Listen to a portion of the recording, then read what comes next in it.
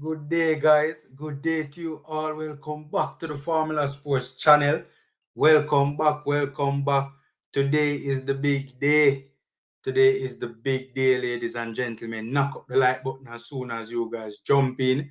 Subscribe to the channel as well.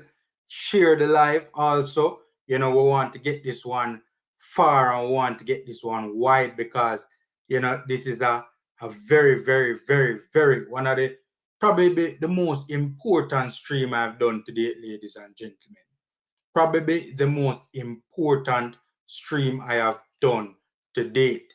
This is why, ladies and gentlemen, Jamaica U20 Reggae Boyz versus the Dominican Republic U20 team quarterfinal. Big showdown, ladies and gentlemen. We're gonna look at a couple stuff before we get into the watch along, because the watch along obviously starts at 6 o'clock, because that's the time when the match starts. People, I am so excited because honestly, I feel a vibe. I feel a vibe in ladies and gentlemen. I feel a vibe in I think we're going. I think we are going to go to the World Cup, ladies and gentlemen. Honestly, I really, really do. Once we win this game, we're in the top four. Once we get to the top four, we are going to the World Cup. Brian, where are you? Where are you, boss? Boy, Brian, I don't know about you, but I'm nervous in done. I'm nervous, honestly.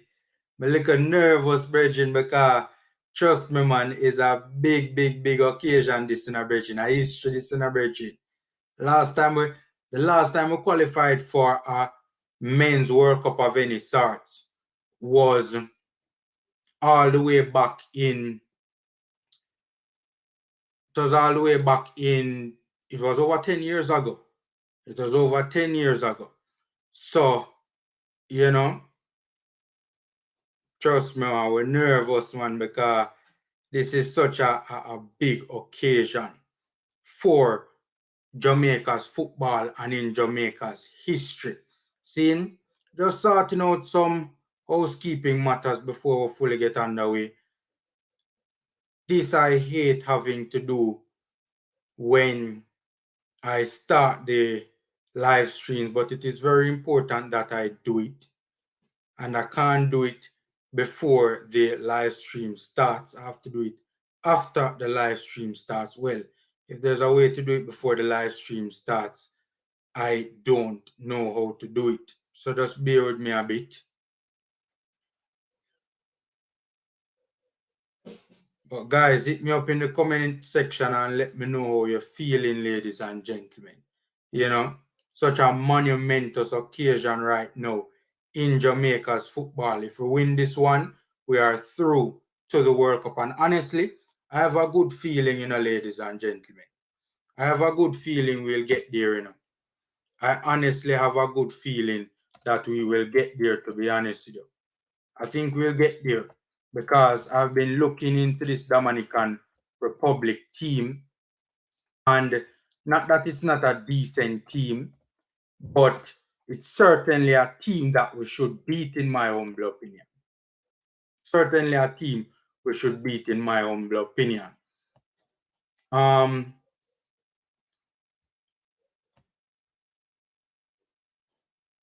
Yeah, 2011 U17 level. Yeah, man, that was the last time we would have qualified for a men's World Cup. Over 10 years ago, ladies and gentlemen. Over 10 years ago. A long, long, long time ago, man. We're dying to see back another one. We go, brother, because I've a beaten face. All right, cool. Me I go use one stone, hit two birds, World Cup and Olympic qualifiers in a one. Boy, that one there got difficult, Brian. That one there got difficult, That one there got difficult. Me now say it can't go on, but it got difficult. Right now, we just have to take it one step at a time, man. We just want to get to the World Cup, We just want to get to the World Cup. All right. For starters, I don't think the starting 11 is out just yet. I think we might have a solid Olympic team like Richard King and Peter McGregor. Yeah. No, I agree. But I don't think this particular U20 team will get us there. That's the problem, Brian. I agree. We do have a pretty decent U20 team, but I don't think this particular team might be good enough to get us over the line against Mexico. The next step would have been Mexico, Brian. The next step would have been Mexico. I'm just looking to see if I see any starting 11 out yet. Just looking to see if I see any starting 11 out.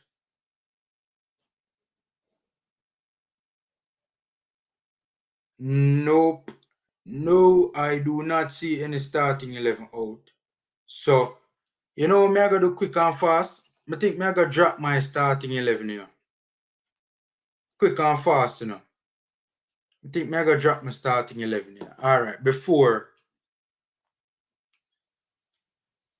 Oh, okay. News to me, Brian. I never know that. Thanks for letting me in on that one because I never know that at all. I never know that. That's news to me, honestly. Alright. So, Mega sets up a man drop the starting 11 where me would run with another game. I want to get this out of the way quick and fast first, because before the starting 11 from JFF dropping. So you're seeing on your screen the software for the starting 11. All right. Would I go with a 4-2-3-1 though?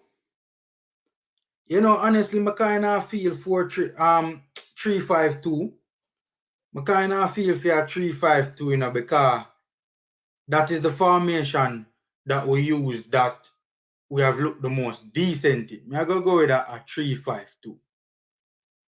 I am going with a 3-5-2. All right. One pivot here. Number 10 there. All right.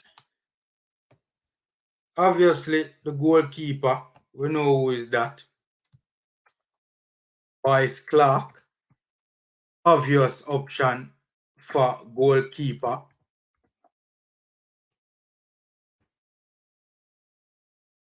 Right centre back, Jaja. Anderson never looked too good in our last game, But I still I'll go with him nonetheless because he did look good in a back three.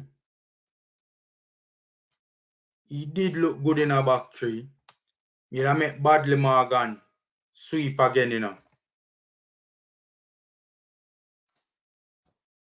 He'd make Badley Morgan sweep. And then out on the left, we'd put Blake. So that looks so far, ladies and gentlemen. I try to drop mine quick, how mine would have look before JFF drop for them official one, All right. So that's the back line. The two pivot players, Jaja. Pearson can't see back my side, Pearson can't see back my side. Utah decent young baller, but poor form of late. If we're gonna be honest. All right. So me da put in my boy the Kamali Powell. Me da give Powell a run out, Because Powell did come on for him the last time, And me da go back with Xander Bicknell. Ladies and gentlemen. Xander, the CDM. Powell, the number 8, slightly higher. Yo, guys, I wouldn't start my boy there, Duncan McKenzie, Duncan McKenzie has been poor with the greatest of respect. Him start out the tournament good, but the last couple of games, boy, Kobe me thing there right now, people. Kobe me thing there. Kobe me say right now, people. Honestly. Boy, some real Chad James. The last game, boy, Chad James never there going with nothing. The game before that, him going with a little something. People say him play poorly in an Antigua game. I don't agree with that. He never spark like how him did spark when him did come off the bench in the previous games. but him did all right. I mean, him did good to me personally, but in our last game, Chad James did poor. Tyler Roberts looked like him won Chad James game, you know. Tyler Roberts looked like him won Chad James game. And I think this player is perfect for the right wing back because he's a player that has a lot of energy in people. When you watch him for Wolverhampton, under 18s in a man, run like hell in a man. On the left, who made I put on the left? Who did play on the left the last time around? Left wing back, Rochester. Yeah. You know, so Rochester has been one of the better performers though. Even the red card. I rang him for the red card, you know. The red card wasn't Fiend's fault. No, I rang him for the red card at all. And obviously, we know who the front two is going to be. Jamari Clark. Hit me up in the comment section and tell me what you think about this particular 11. And then obviously, Zion Scarlett. Scarlett, apart from the goal, to be fair, him not really do nothing much. All right, but nothing too tough. Me da make Scarlett make the run in behind and make Jamari Clark drop deeper to hold up the play. Let me kind of zoom it in a little bit. No, that look like it zoom. Hold on, that look like it zoom up too far. Look like it zoom up a little too. Yeah, that's all right. Yeah, boom, good. Let me see how it look on the screen now. There you go. That are my starting 11, ladies and gentlemen. What you guys think about it? Hit me up in the comment section and let me know what you guys think about it. That is the starting 11 that I personally would go with. Hit me up in the comment section and let me know what you think. That is my starting 11, and I'm going to give you the reason why I've gone with these particular individuals. By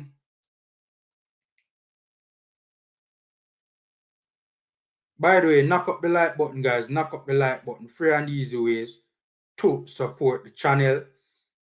All right. So, the lineup out. How you not say? Jaja, me I try beat. Me I try. Which party there? Which party there, Richard Stewart? Which party there? Hold on. You sure it out? It must have just dropped since me start do this the thing. It must have just dropped.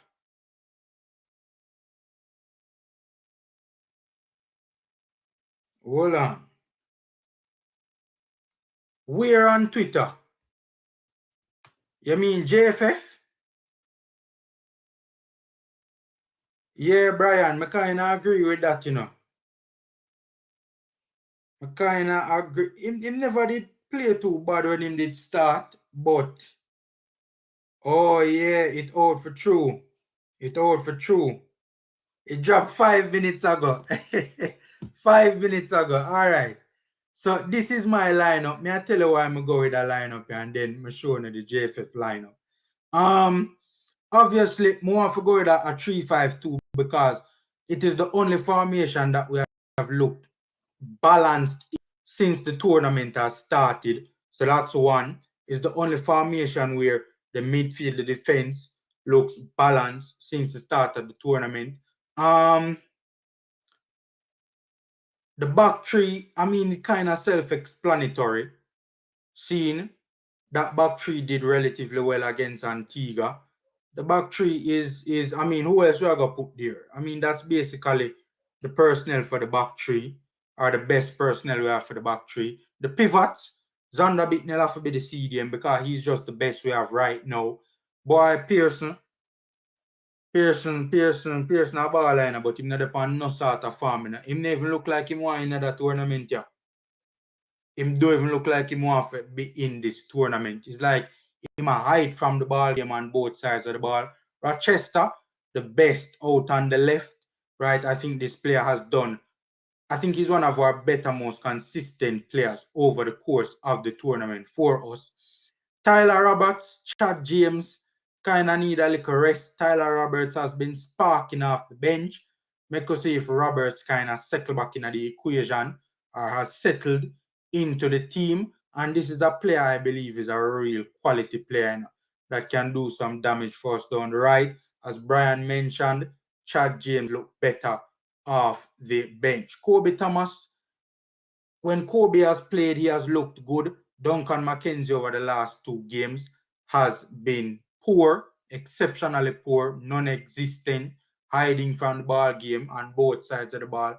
And then obviously, if we're going with a 3-5-2, because it's a formation that we have been the most balanced in, obviously the 2 center forwards are going to be Jamari Clark and Zion Scarlett. All right. Let me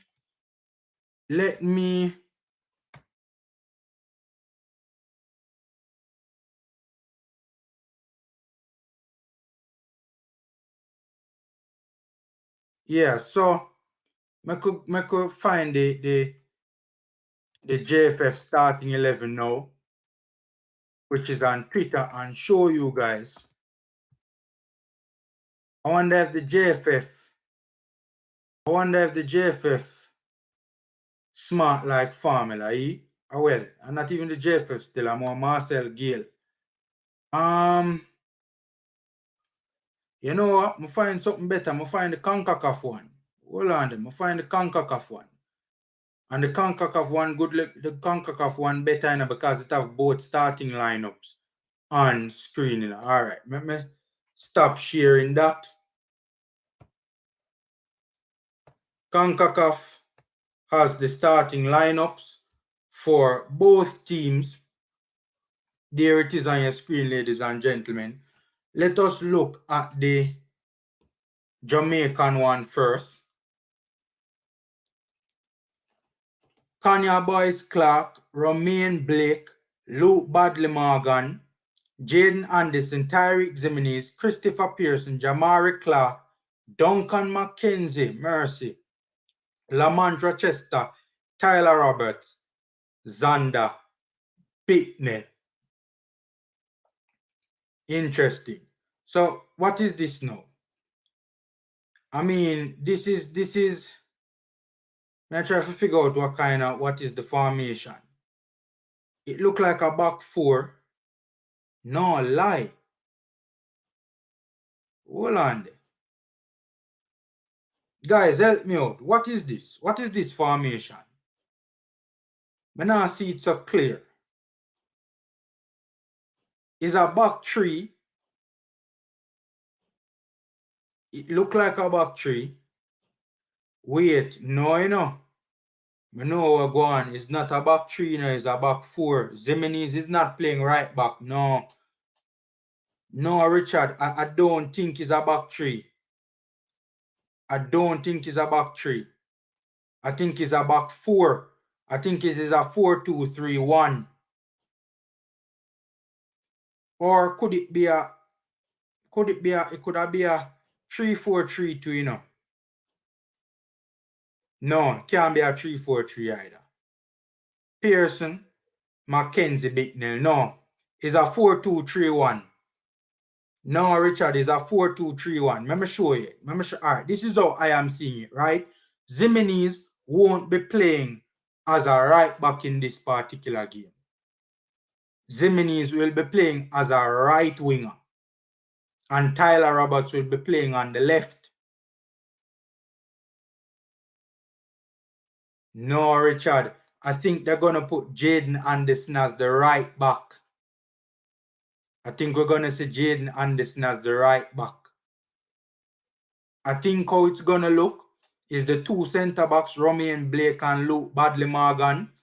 The left fullback, Lamont Rochester. The right fullback, Jaden Anderson. The 2 pivots being Pearson and Xander Bicknell. The top link, the attacking mid being Duncan McKenzie. The left wing forward being Tyler Roberts. The right wing forward being, well, I can't even call him a wing forward. He'd be a winger basically.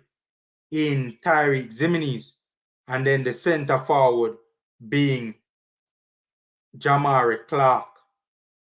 Is a 4-2-3-1. That's how it's looking to me.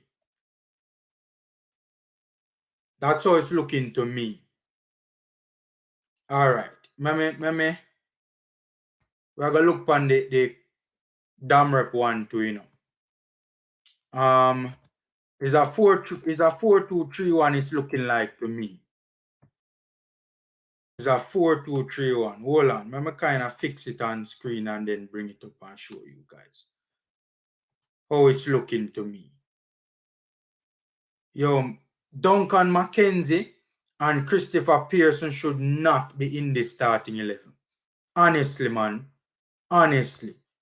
Duncan McKenzie and it's like Pearson can't bench. It's like Pearson can't bench. I don't understand it. It's like Pearson cannot bench. Hold on. So, my boss the out wide. Jimenez out wide. Right. Jamari Clark. Hold on. Jamari Clark through the middle. It's like Pearson can't bench.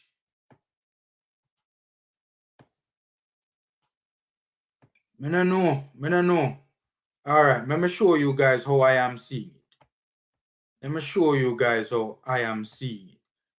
It's on your screen, ladies and gentlemen. Laneja, I don't think it's a 3-4-3 now, and I'll tell you why.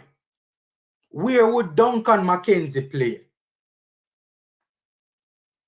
Boy, if Google have it as a 3-4-3, I respectfully disagree with Google and Richard. I respectfully disagree with Google. Oh, Google has the formation as 4-3-3, you say? Oh. 4-3. Oh. I don't think it will be a 4-3-3 though. So what? All right. So basically, Google would have it like this. I don't think it's going to be that, to be honest with you. I don't think it's going to be that. I don't think it's going to be a 4-3-3. 3-5-2 with Tyler Roberts as the floating 10. But Tyler Roberts is not a number 10. No, people, this is how I think it's going to look like. I think Jimenez will be playing as a right winger. Or if it's a 4-3-3, with a triangular midfield, then I could understand with Jimenez and Roberts a little bit higher up. I think it's either going to be a 4 and like a triangular field. I think it's either going to be, me personally, the way I see it, I think it's either going to be a 4-2-3-1 or a 4-3-3 with a triangular midfield, which are very similar formations. Seeing? So that's how I personally see it. So I know many of you in the comment section disagree with me.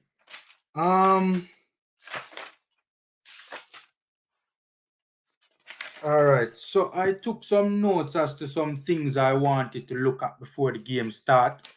Game is about 40 minutes away. Should I look at the you know what? Quickly, I'm gonna look at the rankings. I'm gonna share the rankings with you guys quick and fast, you know, of where the teams are ranked, you know, in the Concacaf U20 rankings. Let me just stop sharing this with you guys quick and fast, and then bring up the U20 rankings. So it's on your screen now, ladies and gentlemen. Jamaica is ranked in 12th in Concacaf men's U20, you know.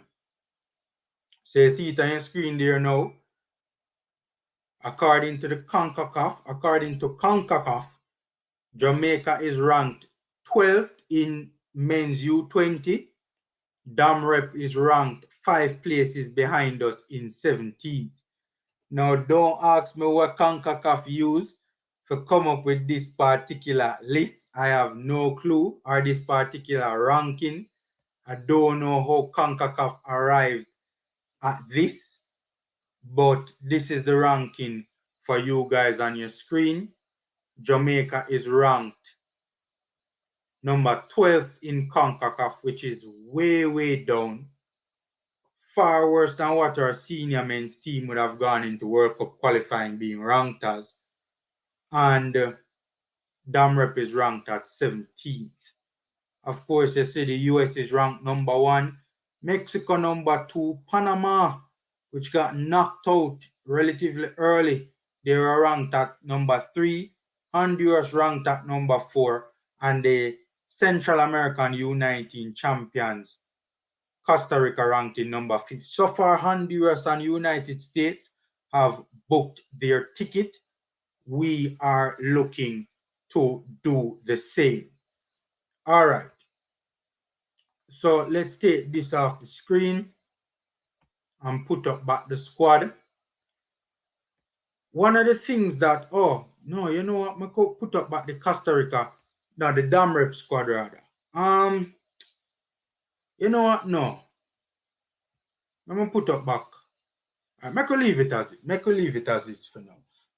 One of the things for me personally that I want to talk about is some things that we need to do differently, ladies and gentlemen. We need to do some things differently, going into this particular game, This particular game is a winnable game. I watched 3 games with the Dominican Republic. 3, right? I watched their game against El Salvador. I watched their game against St. Martin and also St. Lucia in the qualifiers.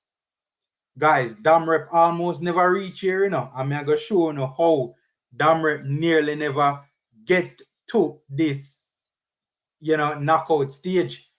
Because, the winners of the group from the qualifiers got an automatic berth into the knockout stage that we are in right now.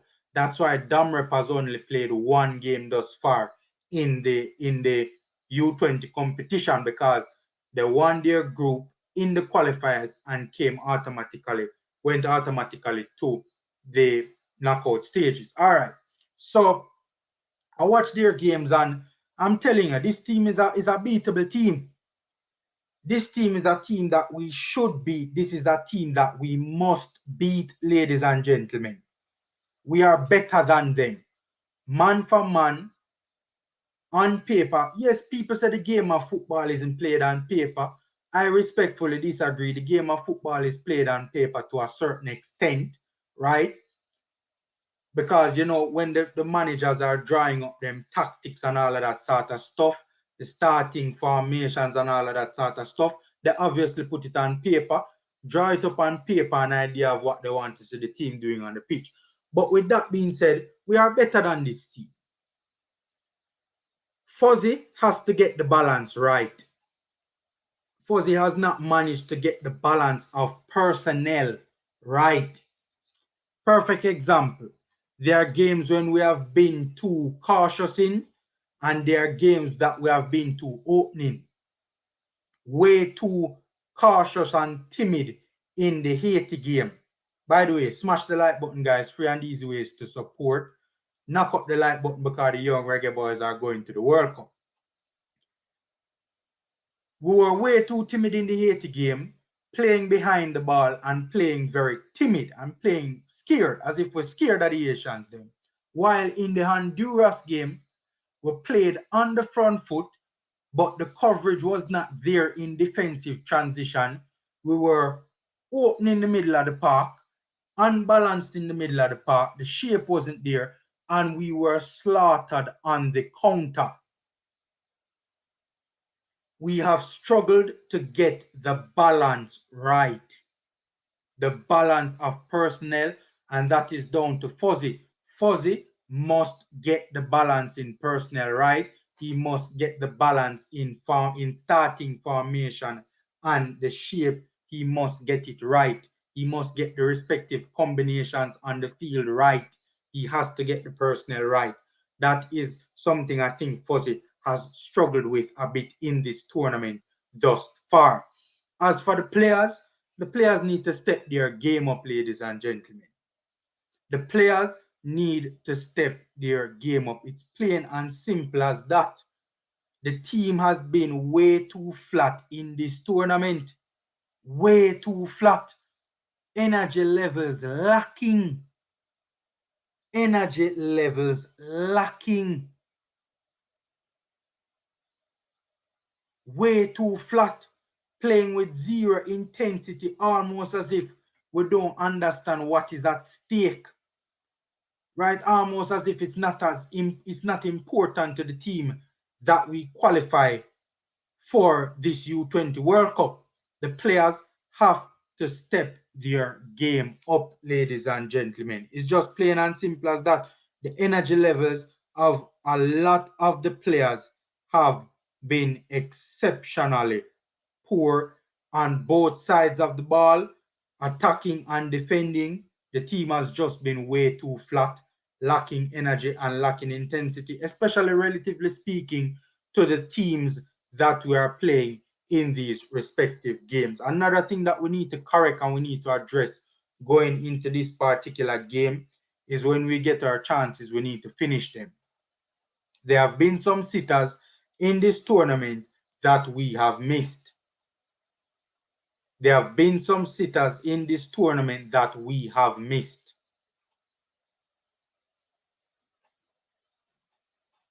Seeing, we definitely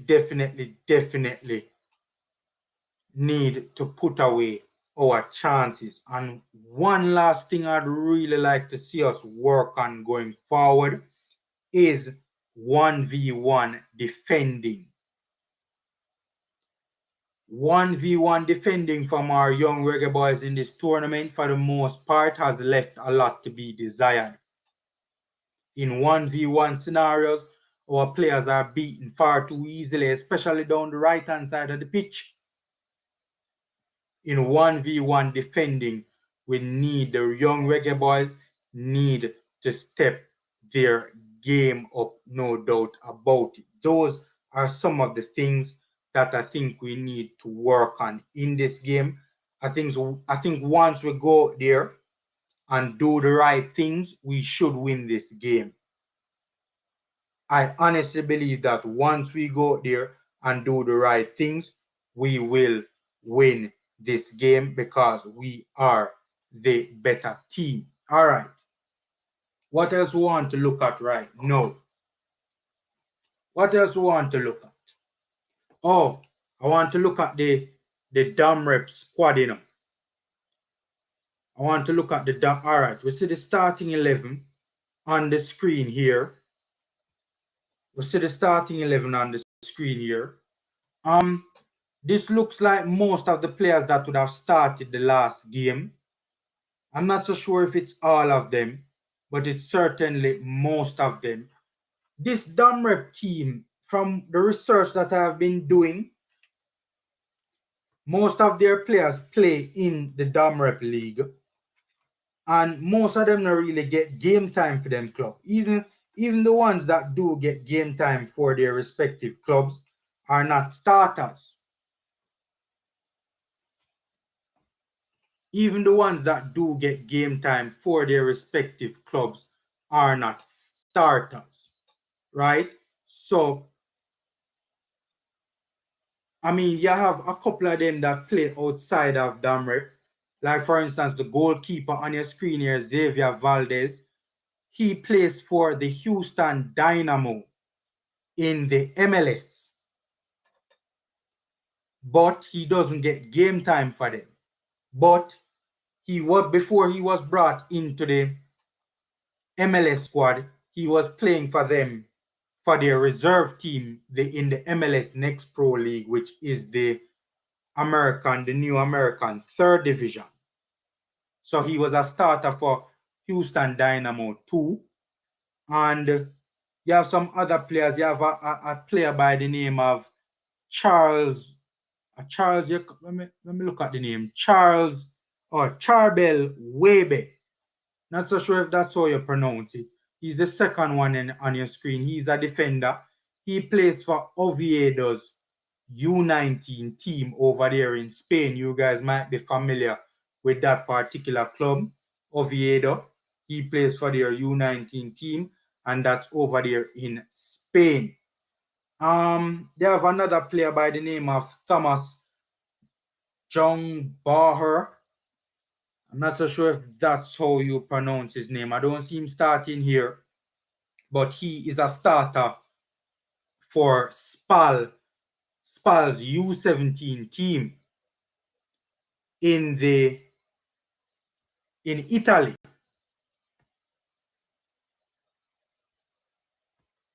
So I'm talking about the players who are not playing in the Dominican Republic. This particular player that you see starting here as well, Israel Boatwright, I think that's how you pronounce it. He plays for Inter Miami, and he doesn't get any game time for the Inter Miami first team in the MLS, but he is a starter for the MLS Next Pro. Whenever he's available, whenever he's in the squad, he starts for them for Inter Miami 2 in the MLS Next Pro. Who else? There is one final player I want to talk about quickly, also who plays his football outside of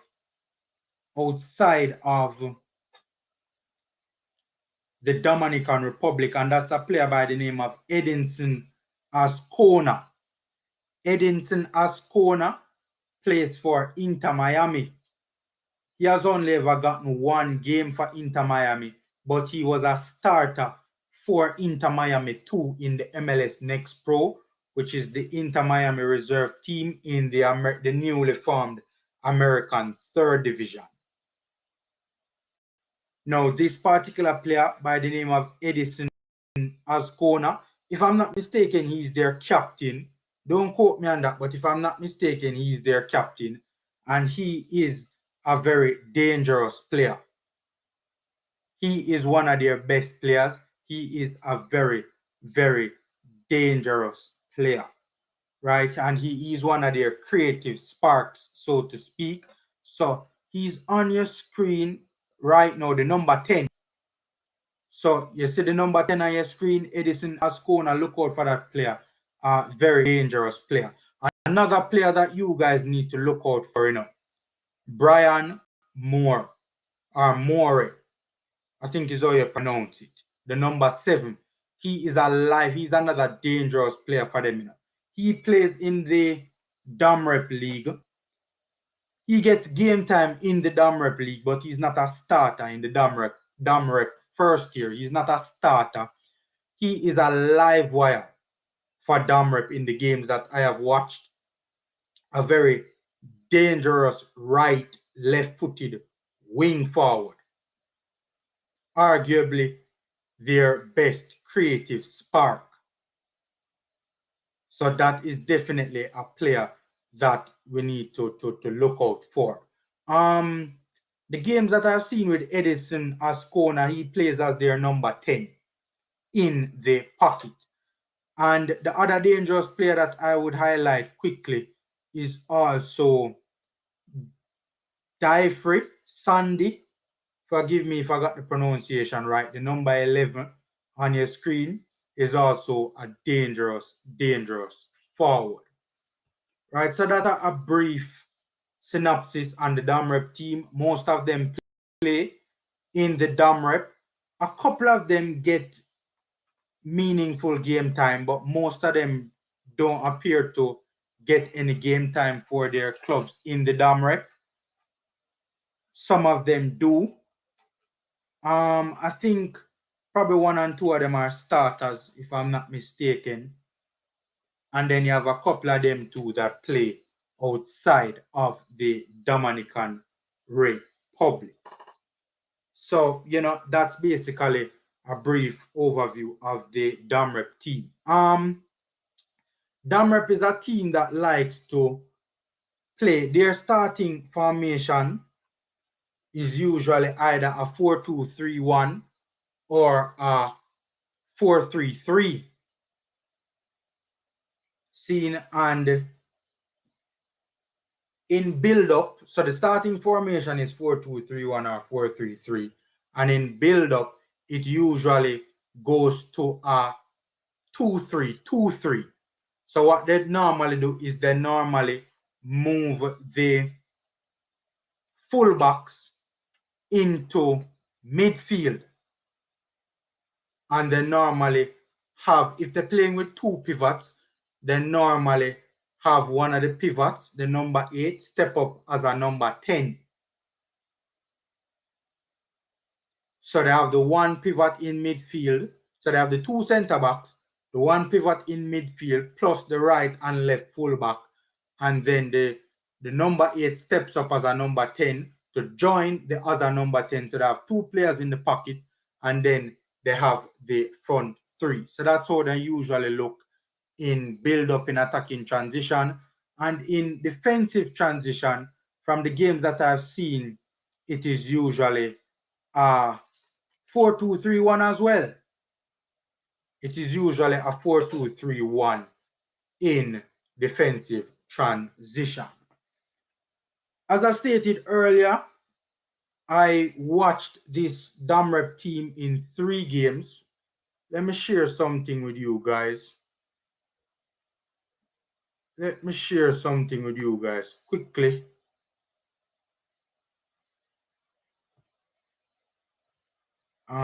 Yeah, all right, let me share this one.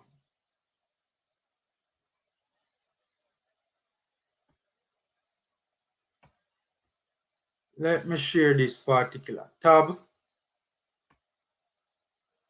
So you're seeing this on your screen right now, ladies and gentlemen. I don't know if probably I need to zoom it up. Hold on, probably I need to zoom it up.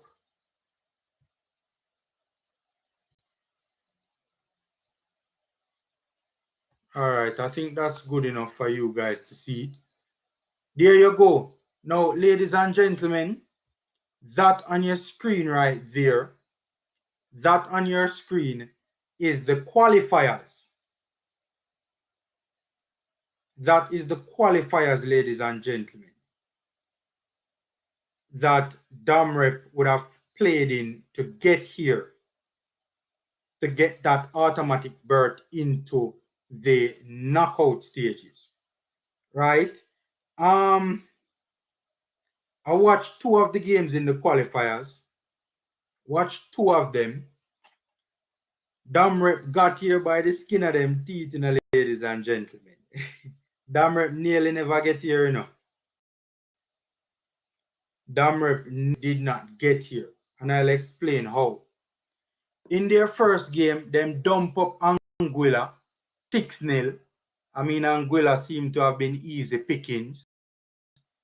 The second the game that I watched them in against St. Martin, they beat St. Martin convincingly 2-0. It was a relatively dominant display on their part, on the part of the Damrep team from against St. Martin. So I watched that game, and to be fair, there was I mean, it probably should have been more, in all honesty. Damrep should have probably won that game by more. I didn't watch the Belize game, but Damrep beat Belize 2-0. And then in the final game, Damrep drew with St. Lucia 2-2. Now here is where it nearly got tricky for them, ladies and gentlemen, because St. Lucia, up until the 87th minute, was leading the game. Big and serious. Now you guys might be wondering what's the big deal with that. I'll soon tell you guys what's the big deal with that. But up until the 88th minute, up until the 88th minute, St. Lucia was leading the game 2-0. Domrep scored a goal in the 88th and in the 94th minute, with basically the last kick of the game, they equalized because it was 4 minutes of additional time, and in the 4th minute of additional time, Domrep found the equalizer. Now I'm going to show you guys something and show you how Domrep nearly never get here. Right, hold on. I'm going to share this with you guys right about now. Show you guys how Domrep nearly never get here. You see the table on your screen, ladies and gentlemen. This was Group B, ladies and gentlemen. This was Group B with Domrep, St. Lucia, Belize, St. Martin, and Anguilla.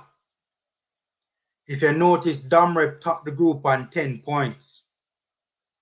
Who came second? St. Lucia is the winners, The group winners, were the ones that progressed,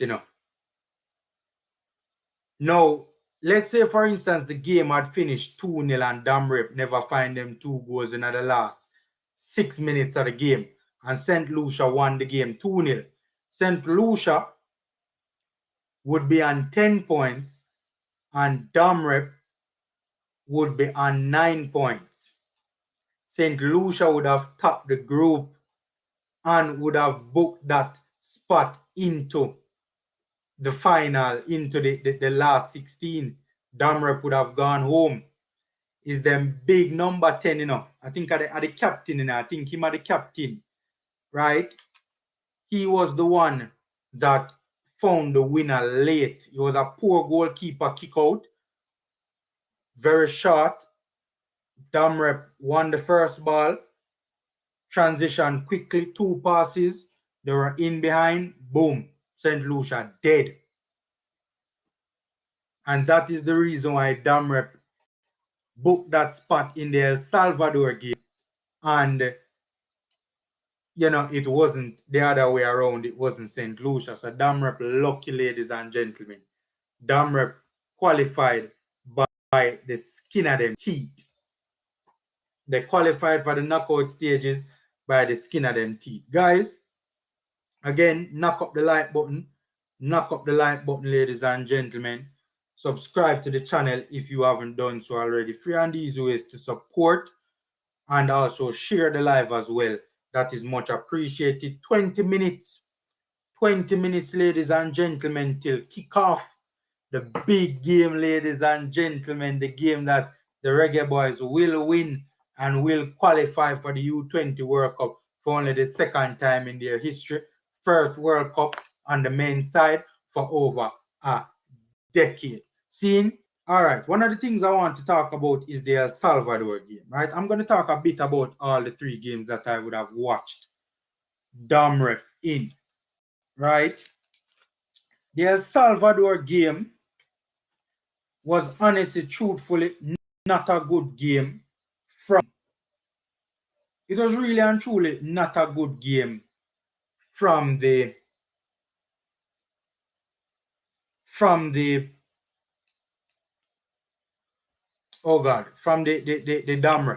team. It wasn't a good game. They struggled to build out from the back. Truth be told, for the most part, El Salvador was all over them. They struggled to build out from the back.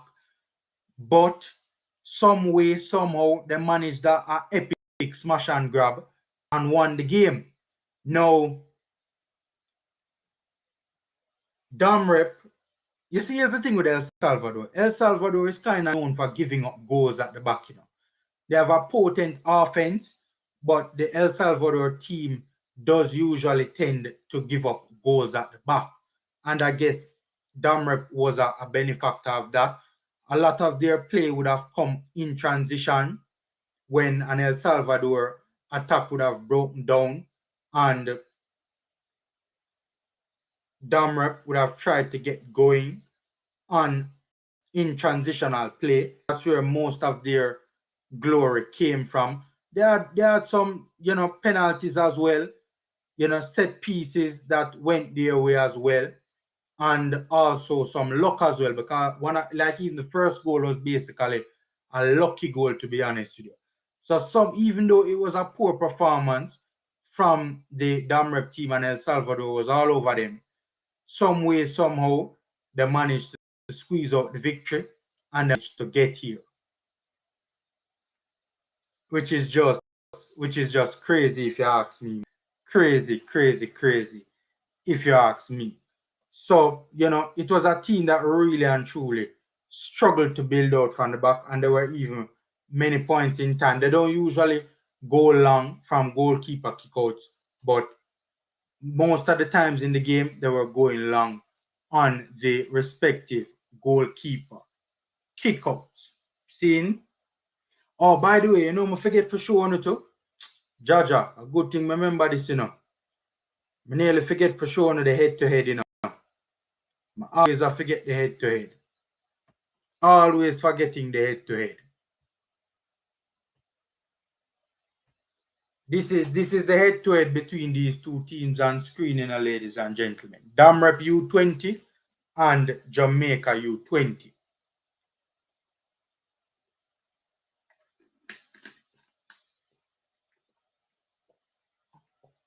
So it's on screen right now. And what this platform is saying is that if you're looking on the screen, you will see that we have only the Jamaica U20 team has only ever gone up against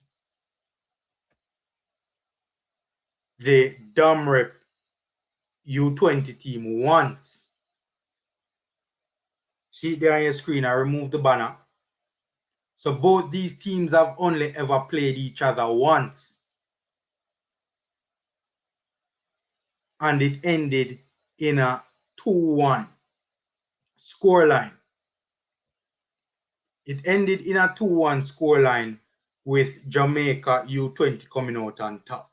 So the one and only time the Jamaica U20 team has played the Damrep U20 team, we beat them 2-1. So the history is on our side, ladies and gentlemen. If history is anything to go by, then this is a game that we should win. If history is anything to go by. Only time we have played this team, we beat them. So, yeah, this is the head-to-head ratio. And what I find fascinating about the U20 level is that the teams don't really play each other that much. The teams at the U20 level really and truly don't play each other that much. So this is what the research is indicating to me, that this is the only meeting that has ever taken place between these two teams, and it was back in 2016 in the Concacaf U20 Championship. All right, ladies and gentlemen, 15 minutes to go, 15 minutes to go, ladies and gentlemen.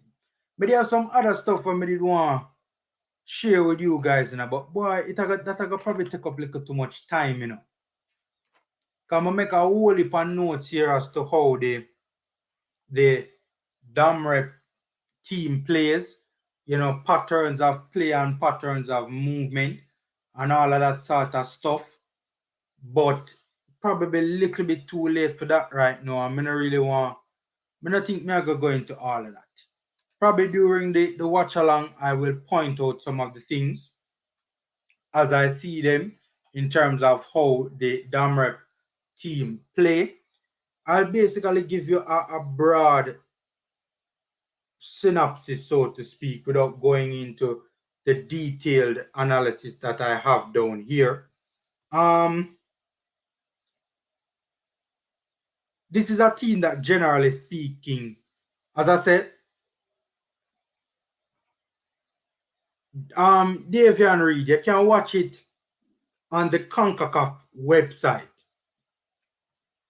And also you can watch it on the Concacaf channel, YouTube channel, using a VPN. So that's where you can get this particular match to watch.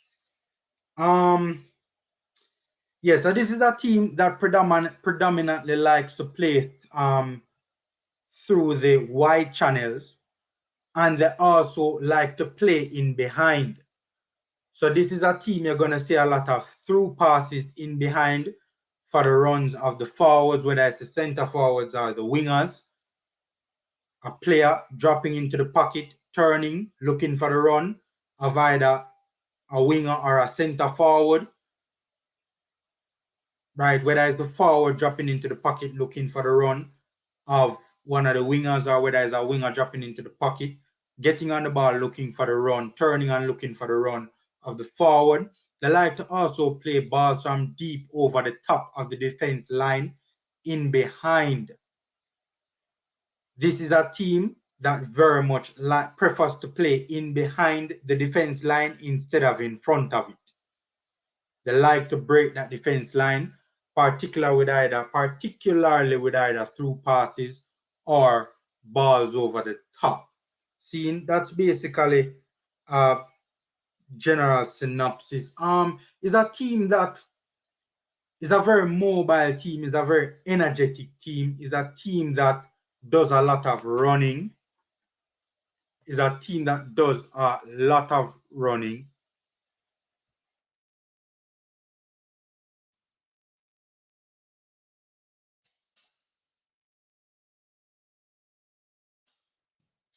So yeah, it's a team that we're gonna have to put in a lot of work to keep up with.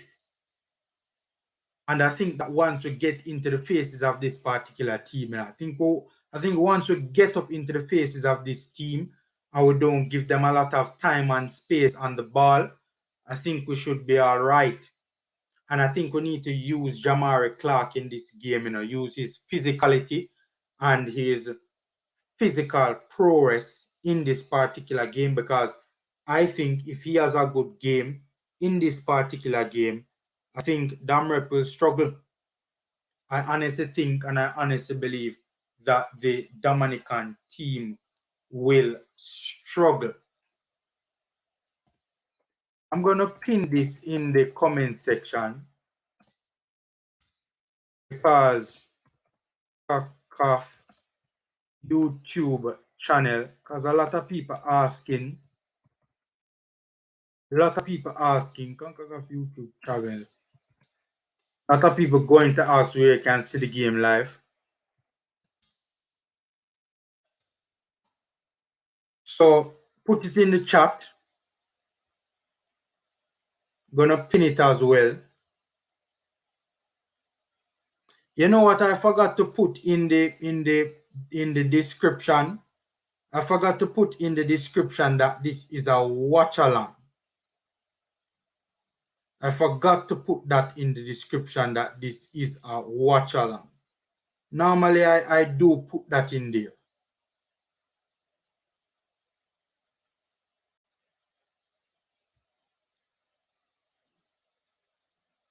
All right, so I'm not hearing from you guys in the comment section. Come on, guys. Let me hear from you guys in the comment section now. As I said, I had some notes here on exactly how the Damrep team plays, patterns of play, patterns of movement, and all of that sort of stuff. But it's just not enough time right now to go into that sort of stuff. I tried to give you guys a brief synopsis, and it will be fascinating to see what Damrep does against us, because do they respect us enough to play behind the ball like what they did against El Salvador and sit and counter? Do they respect us enough to do that, or do they think that they can come out on the front foot and play us like, for instance, how they would have played St. Lucia or St. Martin? So that would be very interesting to see. One of the things I noticed with this Damrep team is that they are not necessarily the most organized on set pieces. So I think we can definitely do some damage there. And when teams get the ball out wide, and putting crosses into the box, they kinda do tend to struggle being organized where that is concerned. Also, another thing where they struggle on is counter-attacking football. They tend to struggle a little bit where defending counter-attacks is concerned. So, those are some of the weaknesses that I see with this particular Damrep team. And I also think that there can be, if we keep our wingers in wide, well, obviously the wingers will be in wide areas. If we can get our wingers the ball in behind their fullbacks, because the full, as I said, in attacking transition, most times they do play in a 2-3-2-3. So the fullbacks are a little bit advanced. If we can exploit the space in behind those fullbacks, I think we can have some joy. But as I stated, we definitely need to be up in the faces of this particular team scene. We need to be up in the face of this particular team and not give them a lot of time and space on the ball like what El Salvador did. And this is where upping our energy levels is now concerned. This is where upping our energy levels, comes into the equation. All right, ladies and gentlemen, just about 5 minutes to go until kickoff, I'm very excited, ladies and gentlemen. This is going to be the best watch along I have ever done. This is going to be the best watch along I have ever done. The best watch along I've ever done, ladies and gentlemen. Because the young Reggae boys are definitely qualifying for a World Cup this evening. Hit me in the comment section and let me know how you feel about that. All right, so game about 5 minutes to go.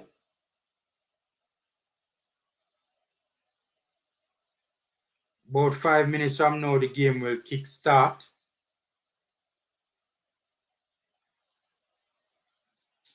Yo, that's what me move so slow, man.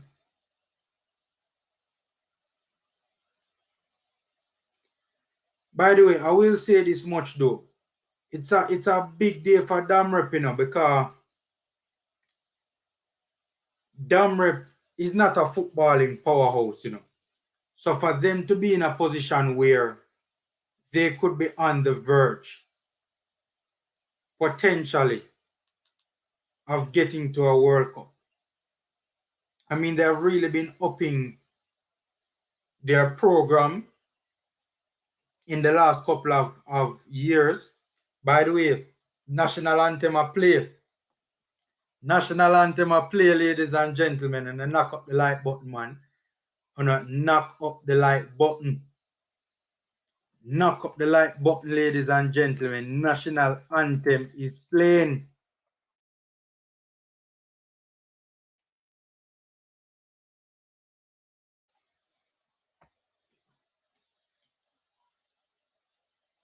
The boys singing that yo boys clap know the anthem, people. You notice even the UK born young reggae boys are singing the anthem, people. The UK born young reggae boys are singing the anthem.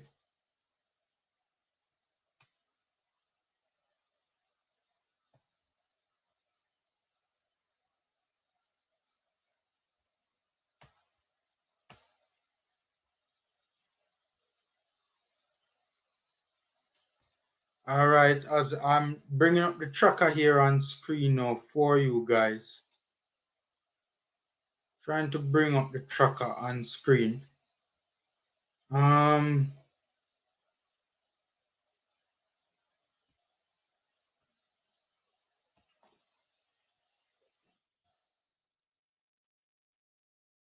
very much about to get going, guys. Knock up the like button for the young reggae boys. Ladies and gentlemen, knock up the like button. By the way, I'm seeing here that in the JPL, Waterhouse currently leading Harborview 1-0. So, is that so?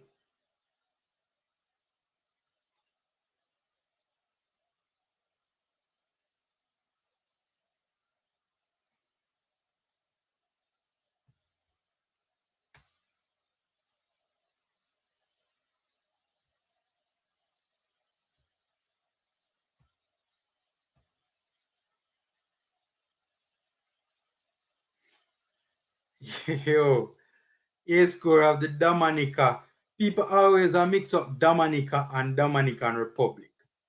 Two different countries, man. Two entirely different countries. People always mix up the two. All right.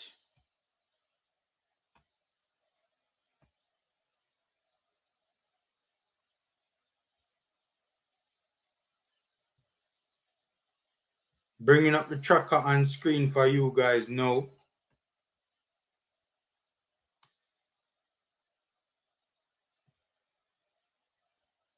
Bringing up the tracker on screen for you guys now. Let me stop sharing this and start sharing this as this game is about to get going.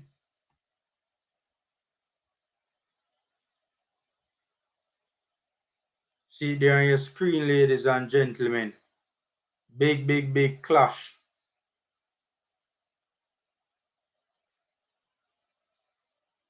Yeah. Yeah. Yeah, Lanes, a real talk, man. All right. Guys, kickoff about to get going, Kickoff about to get going. Smash up the like button for the young reggae boys. Kickoff is about to get going.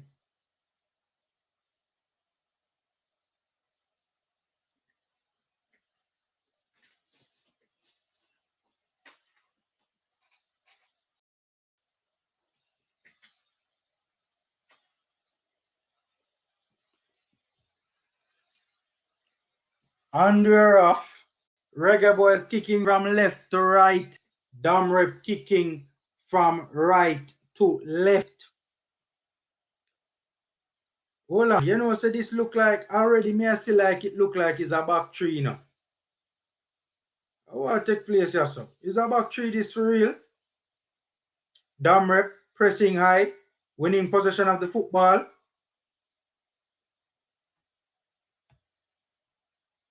Turning it back all the way to their goalkeeper.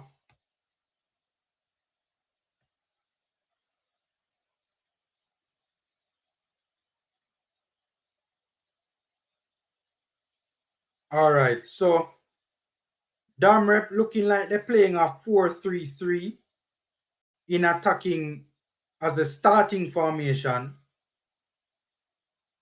More than likely in build-up will look like a 2-3-2-3.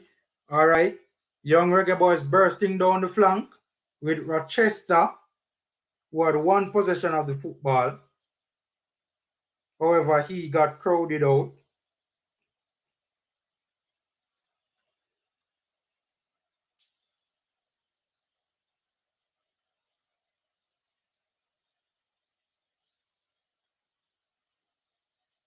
All right, ball goes for a throw-in now on the left-hand side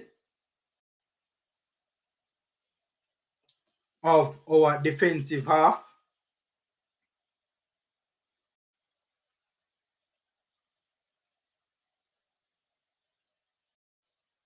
Dominican Republic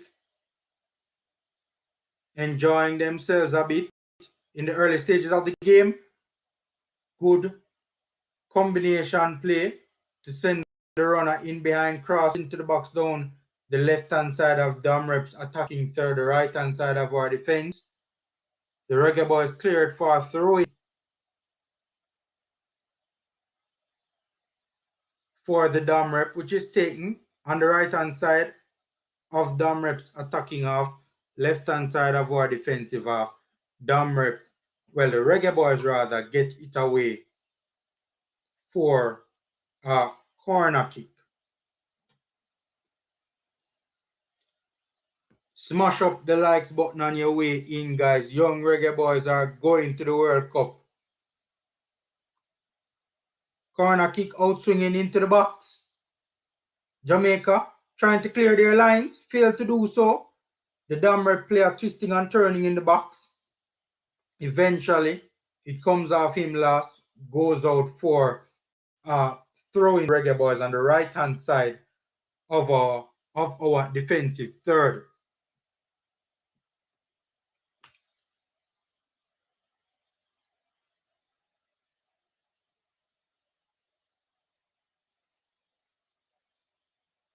Long ball, I think that was looking for Clark. All right, let us see what the Reggae Boys. It doesn't look like it's a back three. It looks like as if it's a back four that the Reggae Boys will be playing.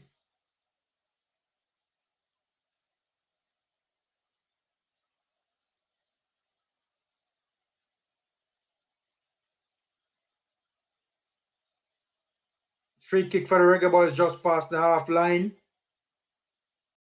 Wait, but it in attacking transition, it really looked like a back three though. It really looked like a back three though, ladies and gentlemen. Hold on there. What take place here, so? That was good work from Tyler Roberts to win the free kick. Laneza, what it look like to your boss?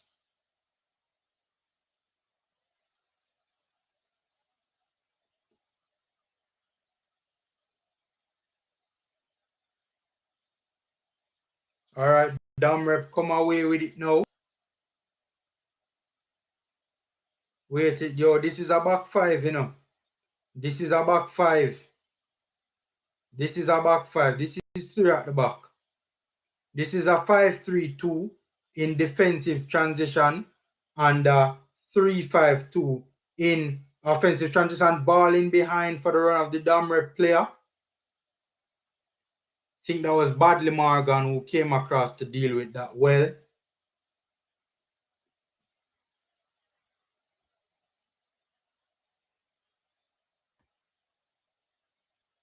So you guys were right. It does indeed look as if it's a back three. In swinging corner kick from Damrep. Reggae Boys get it away, but Damrep tried to come again, this time down the right-hand side of the attacking third, the left-hand side of our defensive third.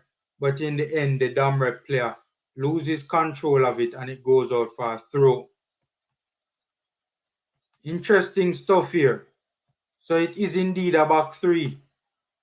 You guys are right. Tyler Roberts plays a forward.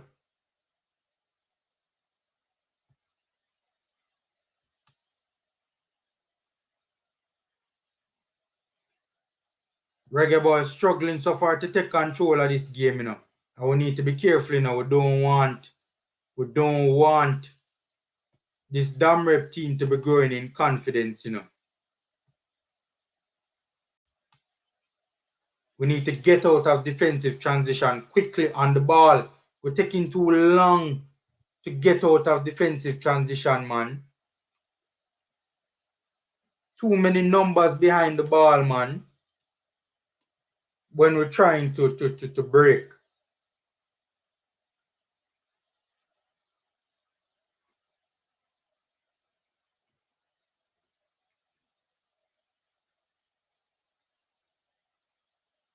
Looks like it's Anderson who is dispossessed. The Damrep pressing. Tries to get across into the box. However, Damrep wins throwing. But the signs thus far in this game are not really encouraging thus far, you know. I don't know what you guys think, but me personally, I'm not so pleased with what I'm seeing.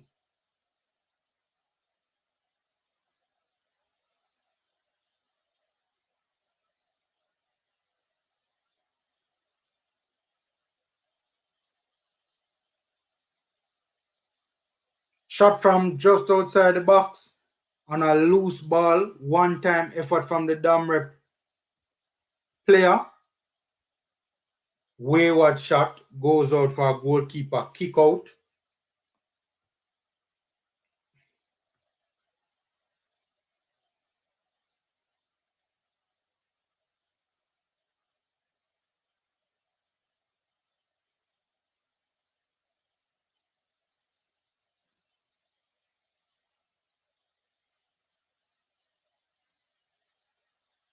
Zemini is on the ball down the right looking for the run of, I think it's Duncan McKenzie that was in behind.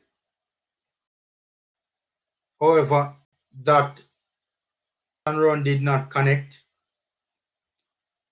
Marcus Mosiah Garvey, it is on the Concacaf YouTube channel. I pin it in the, I pin it in the chat. Not the link, but where you can find it and what you need to do. By the way, Dom Rep score, you know. Dom Rep score. Dom Rep has scored. The Dominican Republic has scored throwing. Terrible defending. Poor attempted clearance. Terrible defending and poor attempted clearance. And the Dom Rep take the lead, ladies and gentlemen. Roughing at the struggle. Roughing at the struggle, man. Roughing at the struggle.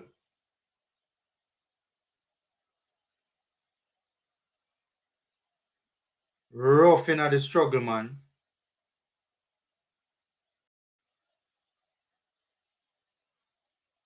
By the way, one of the things I forgot to mention earlier when doing the build-up to this particular game is that you are badly Morgan Field with this Jaja.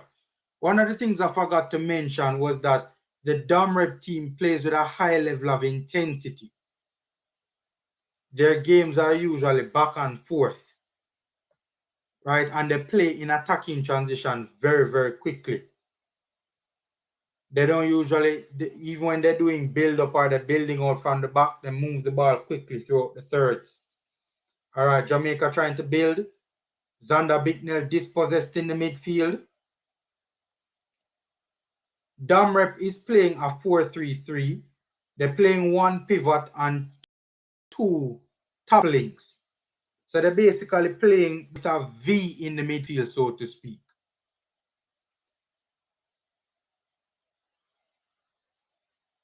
The Reggae boys.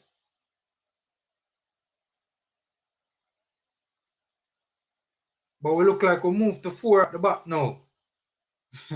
Hold on there, ladies and gentlemen. I look like we're going to 4 at the back now, you know. What take place here, so man? It look like we're going to 4 at the back. Hold on, I'll continue to keep tabs on that. As we try to figure out what on God's earth is this Reggae Boys team doing. A Dom Rep player is currently down. So they're waiting for play to resume.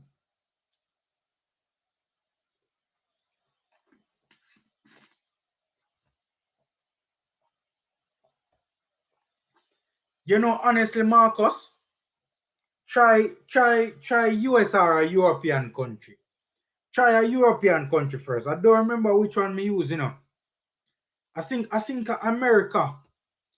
Try Europe or America.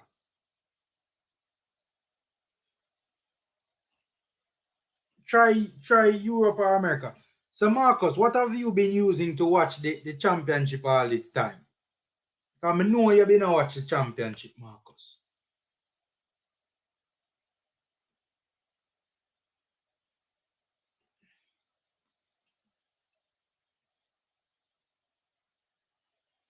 Boy, Tennessee, early in the game in Tennessee. It's early in the game.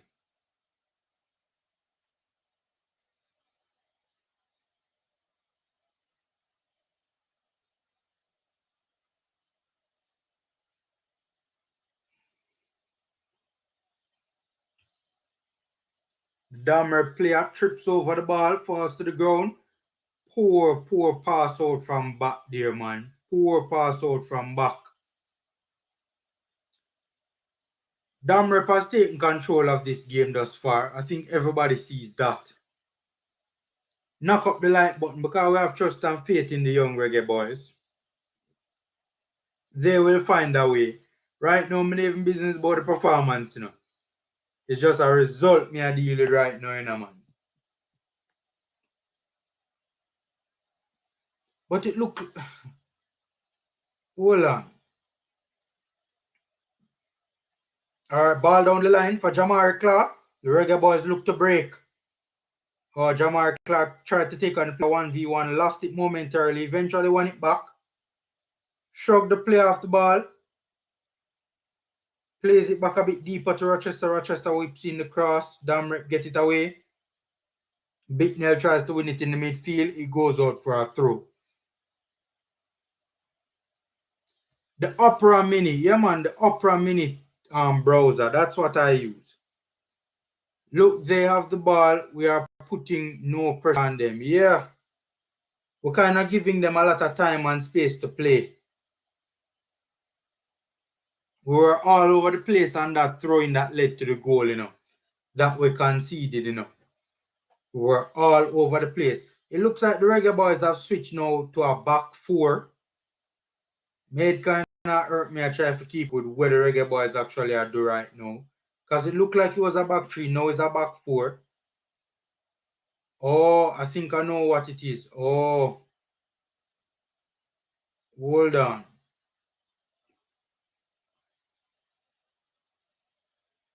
It's actually a back four, you know, but it's a back three because Rochester is up and Zimenez is tucked in to form a back three. I think that's what they have been trying to do. I think I get what's taking place now.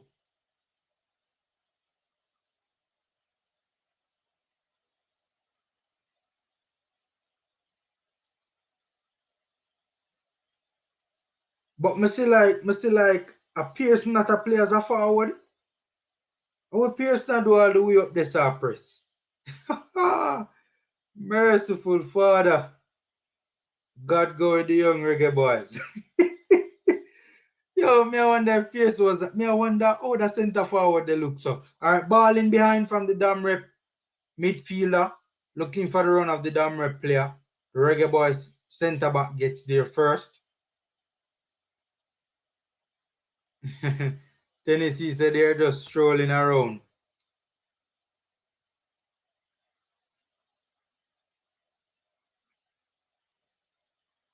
I see them trying to apply some pressure now though. I see we're pressing and not giving them time and space in the middle of the park. We need a goal and we need it from somewhere now, ladies and gentlemen.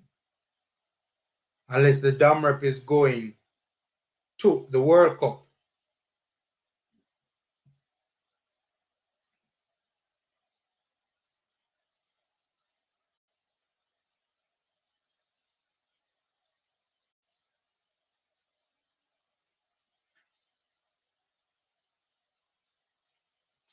Knock up the like button if you have trust and faith that the Reggae boys will find a way to get back into this one and to win this one.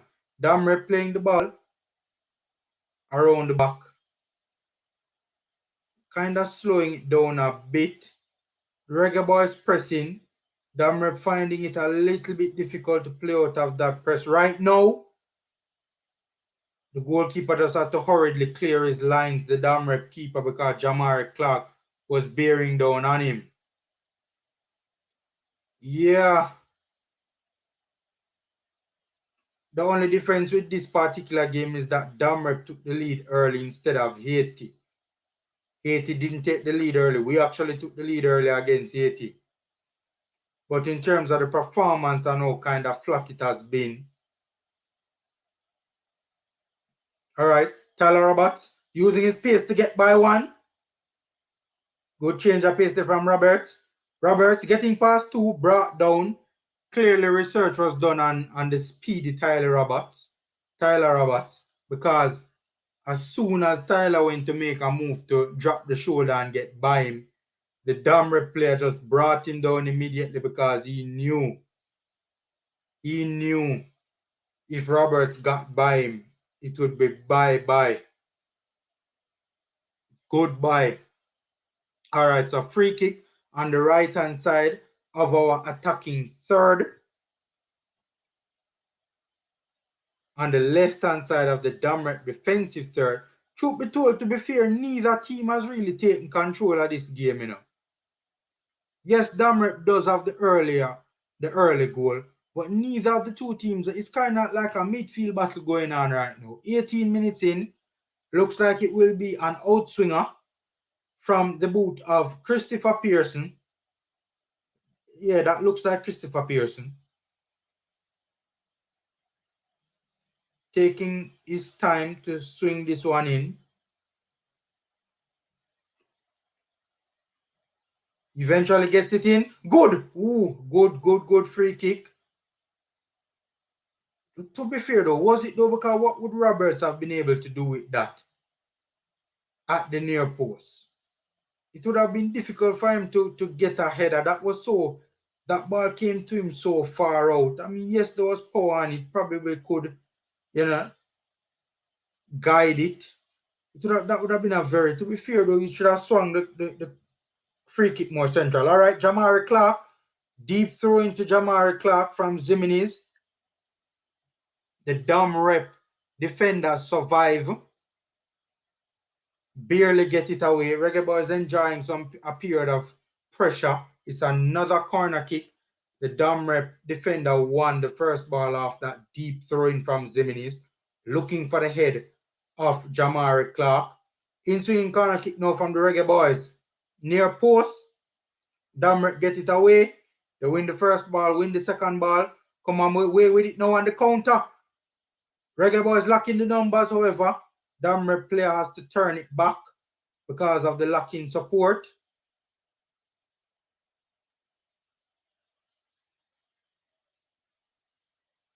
Oh, excellent stuff by the Damret to break that particular line. Try to get in behind. Very good work there from the defender. Eventually plays it off the Damret forward for a goal kick. That was a good tackle. I think that was Romain Blake. By the way, Blake playing on the right-hand side of our back line. Look like Blake playing right centre back. Interesting stuff.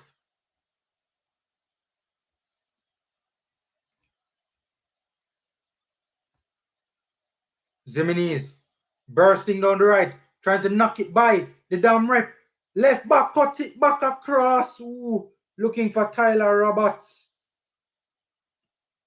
Couldn't find him. Good interception, good read from the damn rep.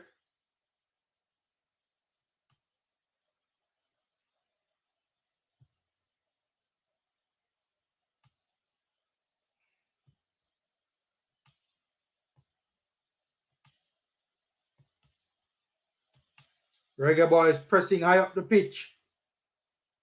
Not giving El Salvador a lot of time and space to build out from the back.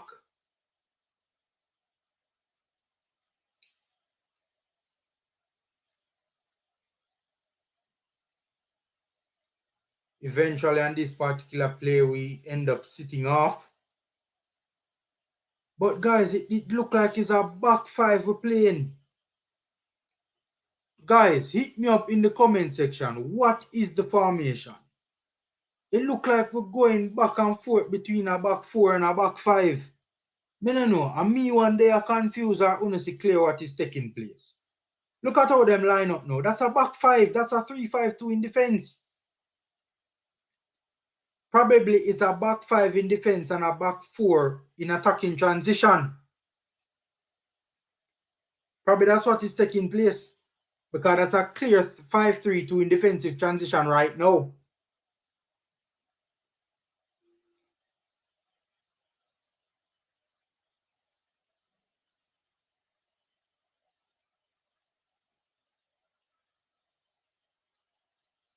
With Zimenez playing as a right wing back.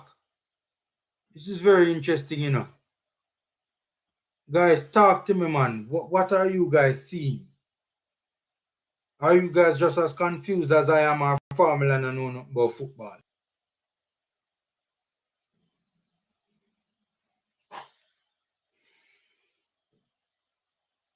Damrep counter pressing won the ball well. The Wasi more down the right flank that I would have warned you guys about hasn't really come to life in this particular game. Zemini doing well at right wing back.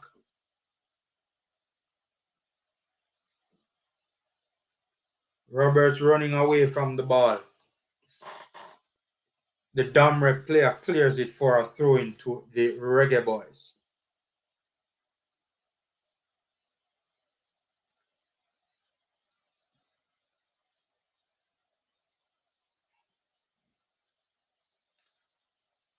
And now it looks like a 3-5-2.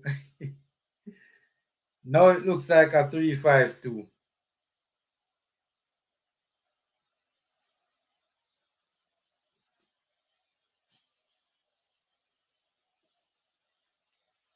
Or is a... Yo, I'm confused, ladies and gentlemen, honestly. I don't know if I true me tired. Xander Bicknell back doing defensive work.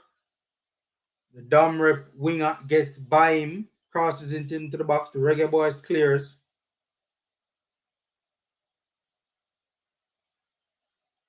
Ooh, it's a free kick to the Reggae boys. The referee gives the Damrep player a stern warning because the referee is of the opinion that the player would have dived because he was looking for something.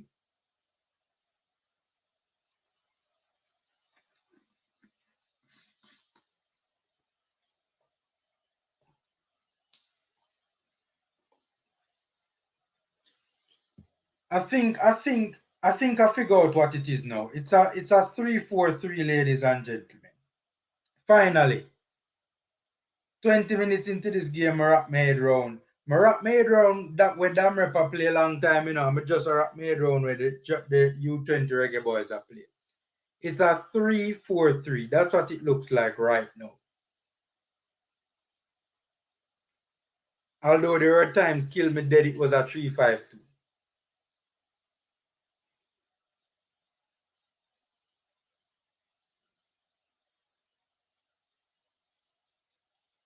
All right, Pearson on the ball now.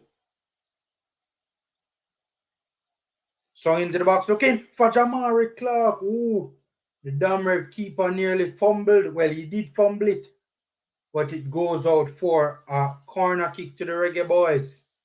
Why are we not finding the head of Jamari Clark on these particular set pieces? Why are we not finding the head of Jamari Clark?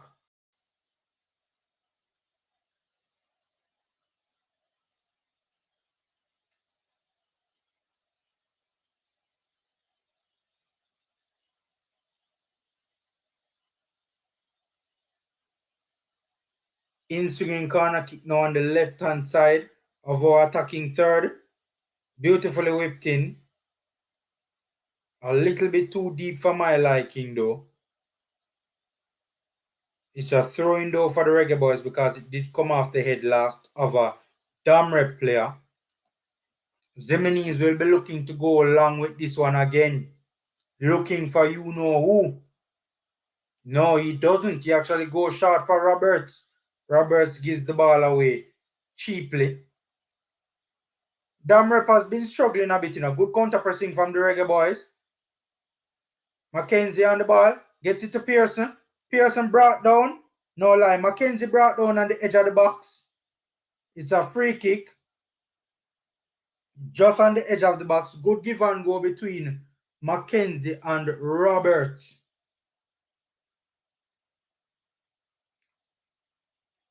To break the midfield line on that particular play. Duncan Mackenzie brought down a judge to have been fouled.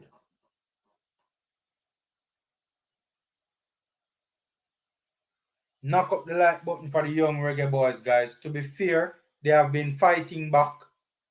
They have been fighting back.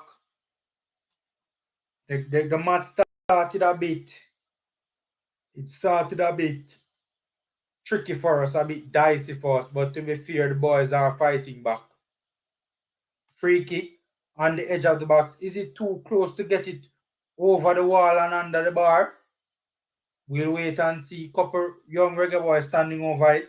Pearson, I think. Duncan McKenzie eventually goes for it. Badley Morgan, I think, was standing over it as well. However, the ball eventually goes out for a throw-in. Sustain the period of possession, but we need to make it count. The score is on your screen at the end of your screen, Kemar Williams. It is 1-0 in favor of Damre. Reggae Boys for probably the last 10 or so minutes though have been the dominant team. Christopher Pearson with an in-swinging corner kick.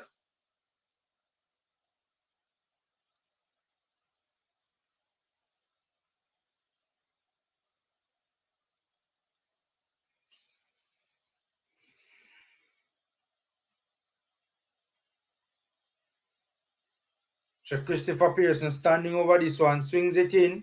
The set pieces have not been good. We need to step up the quality of the delivery in the set pieces. Christopher Pearson swings on into his weaker left foot now, getting the rebound off the poor corner kick. It goes straight to the Damre goalkeeper. He throws it out.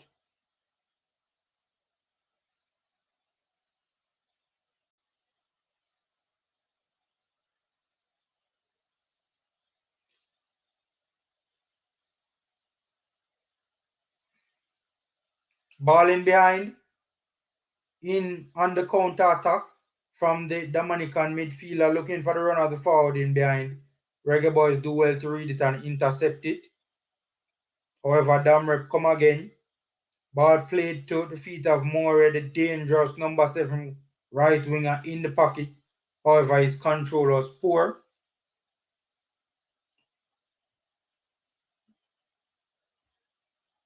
Throwing for the Reggae Boys on the left-hand side of our defensive half rather.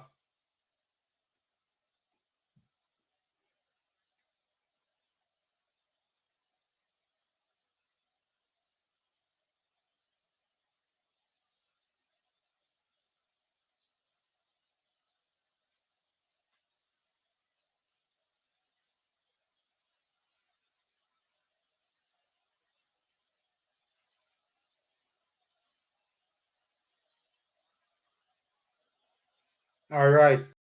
Half an hour gone to this one, ladies and gentlemen. The Damrep still leading.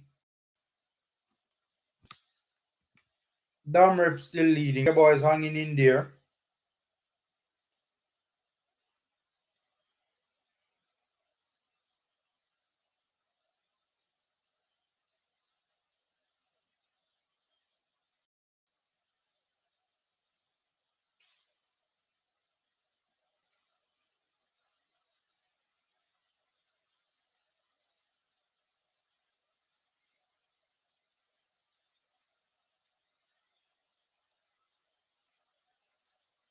Throwing for the Damrep team at the half line on the right hand side, just inside of their attacking third. Long diagonal looking for the run of the winger. Ball overcooked, goes out for our Reggae Boys throwing about midway our defensive half on the right hand side. Zeminis with the throwing, sends it down the line, looking for Jamari Clark. Ball comes off him though and it goes for a corner kick.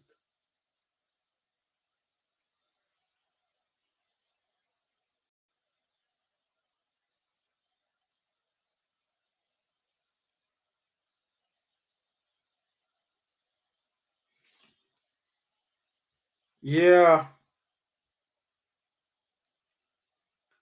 I mean we're still looking a bit disjointed. still kind of struggling to piece it together. We still look a bit unsure of ourselves going forward.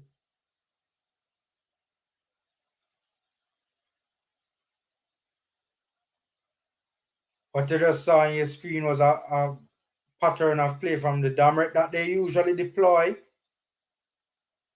through pass from midfield for the right or for the wingers on a whole, making runs between the space between the centre backs and the full backs.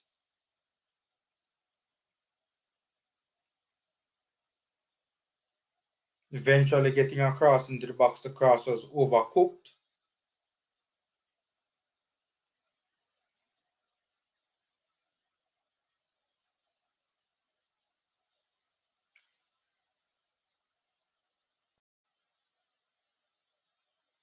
Jamar Clark getting on the end of this particular throw-in, bursting down the right-hand side of the pitch. Jamar Clark trying to be a little bit too selfish there. Truth be told, the support being provided to him was not the best either. So he loses the ball. Damrep come away with it. This has really been a battle for the midfield thus far enough. Neither team are winning this one in terms of the midfield battle. Neither team are winning this.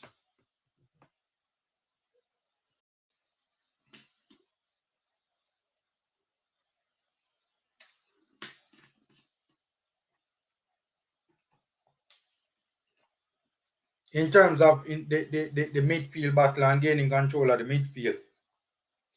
The pressing has done the Reggae Boyz relatively well. The pressing has done us well.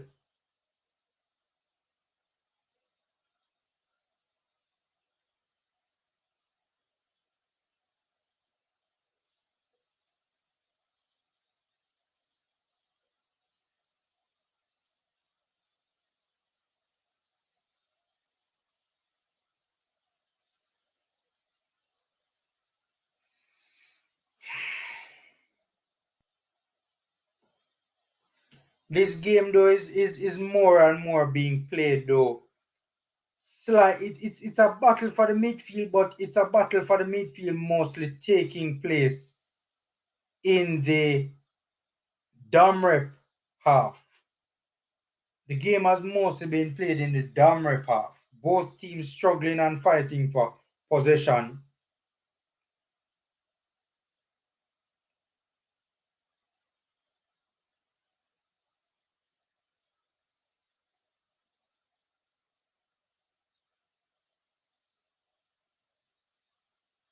Referee giving a player some talking to. The Reggae Boyz have a free kick deep. Just past the halfway line, swung into the swung in. That looked like Blake was going for goal on that particular occasion, went straight to the goalkeeper. Relatively comfortably in the end. There's no way he could have been trying to beat the keeper from there. Keeper wasn't off his line either. Damrep come away with it on the counter.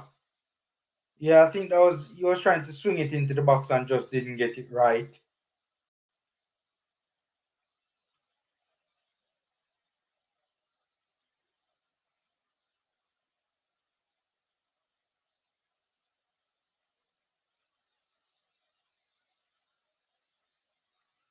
Reggae Boyz pressing very well.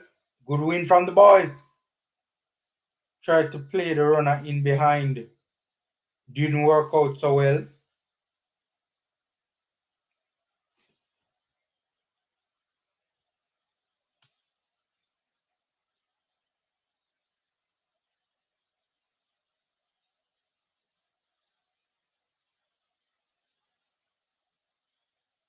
Xander Bicknell with a poor effort. He should not have taken a shot from there, to be honest. It was a low probability effort that stood very little chance of finding the back of the net. He just wasted an attack for the Reggae Boyz. The Reggae Boyz were having possession of the ball a fair bit on the edge of the Damrep attacking third on the edge of our attacking third, the Dominican defensive third, but we kind of seemingly running out of ideas when we get the ball in those dangerous positions. We don't seemingly know what to do with it. All right, Tyler Roberts running at the back line for Dominican, beating him, getting across into the back post to Jamar Clark. Jamar Clark got his foot on it, but it eventually went out for is that a corner kick? Yes, it is.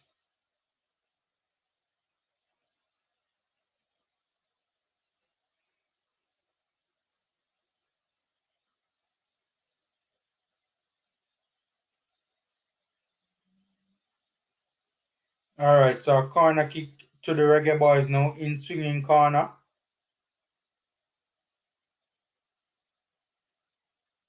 From Christopher Pearson. We have gotten a number of corners in this game thus far. The quality of the deliveries need to be better. And it's not only Pearson, it's other Reggae Boys as well. Okay, Damrep in transition, counter attack. Excellent work there from the defender to nip that in the bud.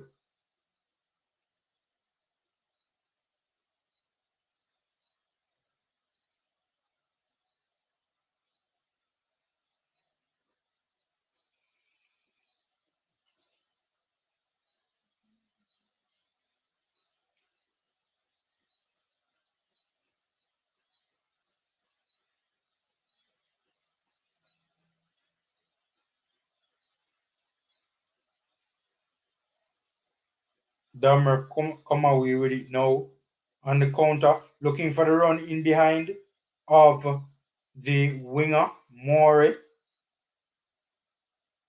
Doesn't get to him.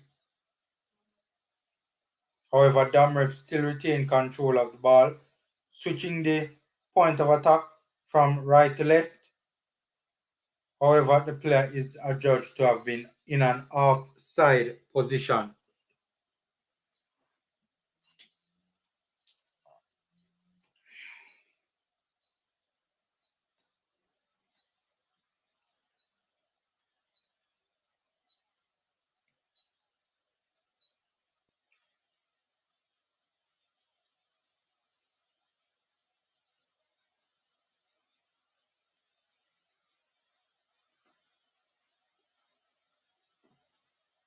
Both teams playing a bit cautiously, both teams playing a bit tentatively.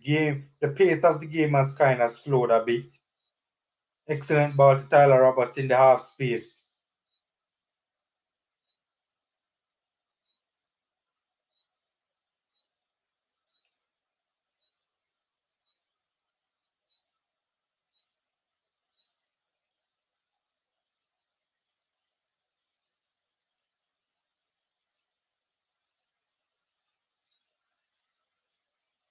Damrep on the counter, ball played in behind. What a save from Kanaya Boyz Clark. The danger has not been averted just yet. Damn, oh my word, whoa. Guys, Jamaica Reggae Boys really in trouble now. Merciful Father, really in trouble now. Really in trouble now. Eddie, what's happening, man? The boys really in trouble now. Counter attack right through the middle of us. The first wave was initially repelled. It was an excellent save coming off his line. Good starting position from Kanaya Boyz Clark.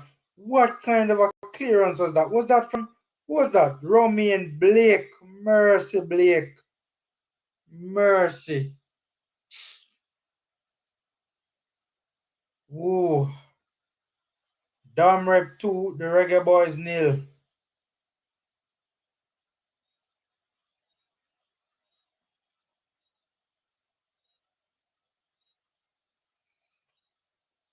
And both goals was really and truly poor defending. People they are depressed. Let's hope the young Reggae Boys can turn this around. Hold on. VAR reviewing the goal. Hold on. What are they reviewing it for though?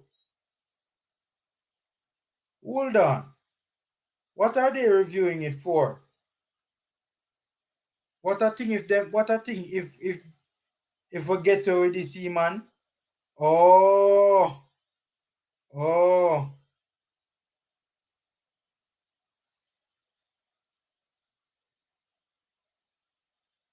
Offside is being checked for. Is that offside? I can't see it so good though. Is that offside? Hold on.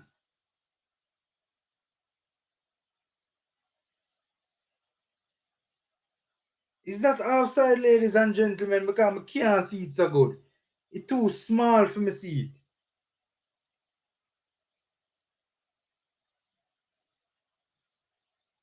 Goal cancelled. Guys, let's smash up the like button for the Reggae Boys. Bop.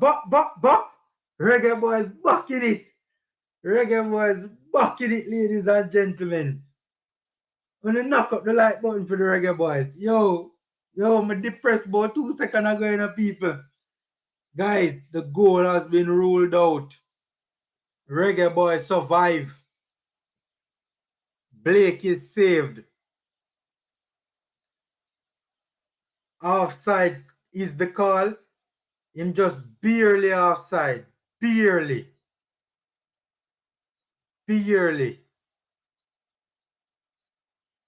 Jaja. Reggae Boys come again. Ooh, excellent attempt of a shot there from a very acute angle from Jamari Clark. It's the 44th minute, ladies and gentlemen. The 44th minute. Guys, on the knock up the like button. The younger boys are still in it. It's only 1-0. Nearly was 2-0. VAR save we. The footballing gods seem to be on our side.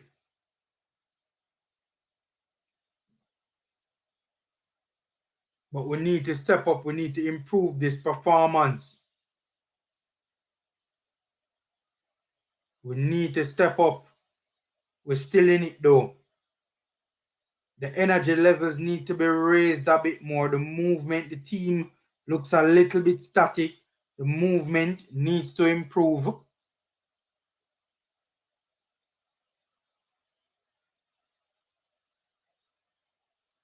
And I'm talking about especially the movement when we have possession of the ball. The player on the ball doesn't seem to have enough support from my liking. When we're in attacking transition in possession of the ball, the movement of the players that are around the player on the ball needs to improve, which is something that, truth be told, has even plagued our senior team.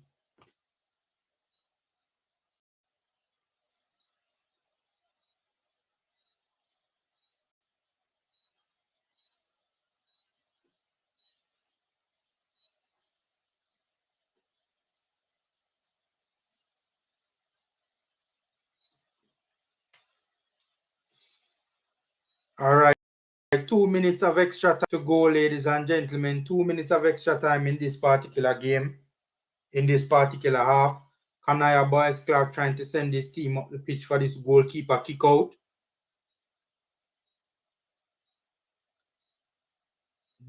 Dodd did well to find a Reggae boy out wide left.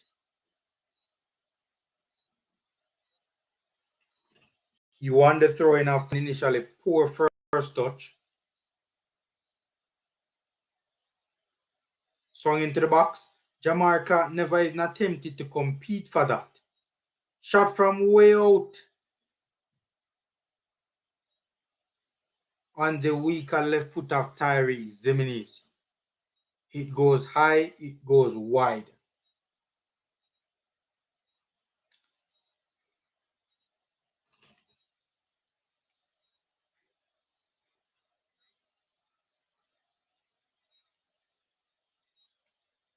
All right, guys, halftime. Halftime, interesting stuff. The Reggae Boys still in it. VAR saved them. VAR has come to the rescue of the young Reggae Boys. It could have been 2-0. It's only 1-0. That first half was a little bit stressful. Let me share the stats with you guys.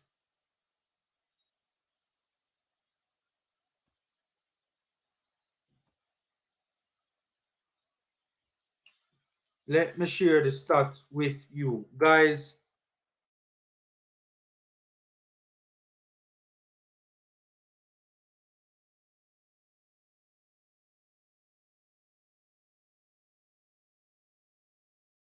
The Dam Rep team is having their halftime talk on the pitch, it looks like. All right. But it never feel like, say, we had so little possession of the football. Hold up. I'm going to share something very interesting, ladies and gentlemen. I'm going to share something very interesting. Hold on.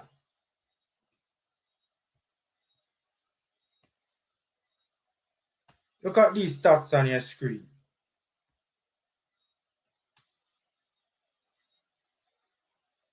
Very interesting stuff. Very interesting stuff.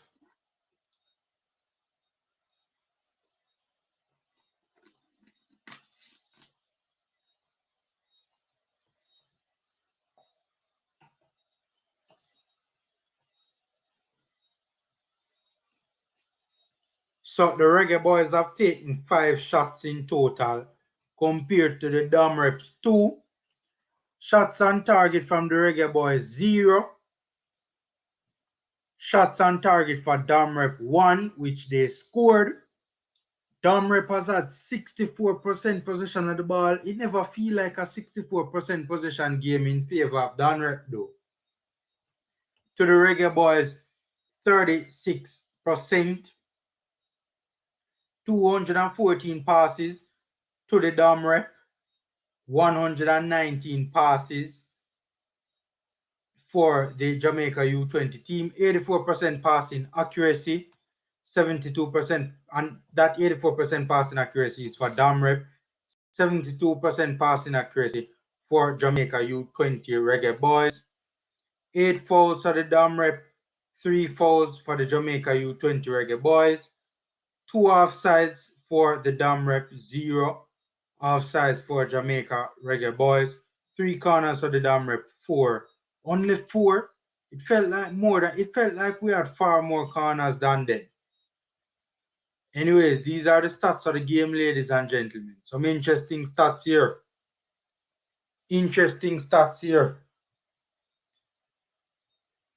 Oh, yeah, man. Big up Marcus Mazayagav. You just a find it, boss. You just a find it, boss. All right.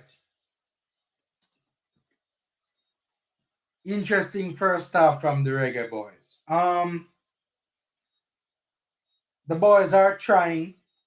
I still think the intensity and the energy levels need to improve.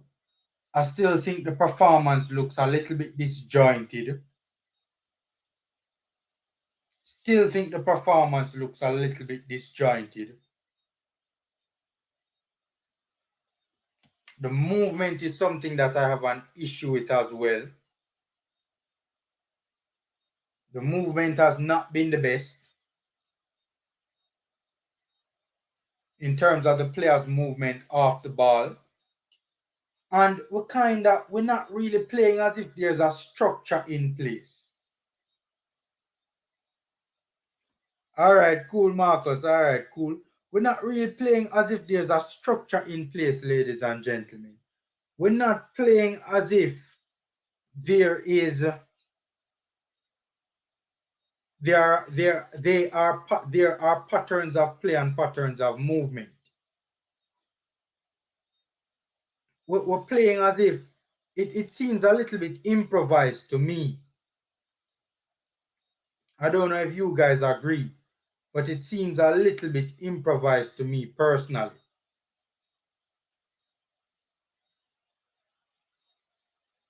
So, I don't know. We need to step things up big time. We look a bit flat. Not as flat as we did in the Haiti game, to be fair, but we still look flat. We still look disjointed. Right? We still Zander off today. The forward Clark must get a change. He too labor. That is true, you know. He is not a striker that runs the channels, and I think that kind of helps to clog up our attack, so to speak, you know. Because if he was running the channels more, we would have our midfielders would have a lot more out balls. That's a good point Marcus Mosiah gave about Clark. And just his overall work rate is just extremely laid back for me personally. Extremely laid back. Too laid back, too relaxed.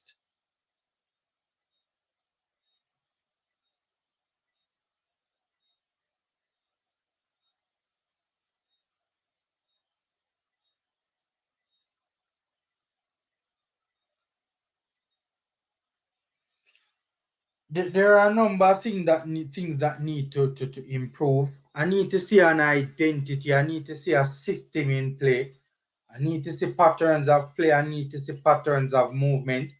I need to see connectivity and not necessarily this disjointed performance that we're seeing. I need to see an idea as to what we're doing on the pitch. I don't know if I'm me one, but me personally, I'm gonna see it, ladies and gentlemen. I don't see the plan. I don't see the patterns of play. I don't see a plan. I mean, to be fair, the intensity has improved. The energy levels have gone up a notch. We are pressing them.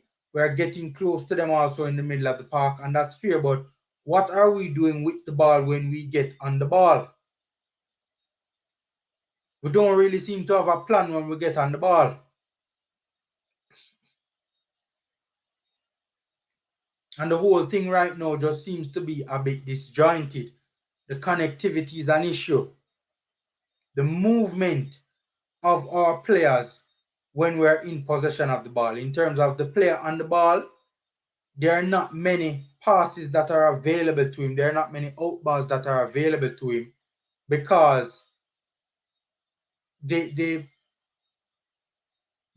movement just isn't there in terms of in possession of the football when our team has the ball. You know, the patterns of movement aren't there at all. And that in and of itself makes me think that this is a highly deficient system because there are not many patterns of movement. And that is very important, and I'm just not seeing that.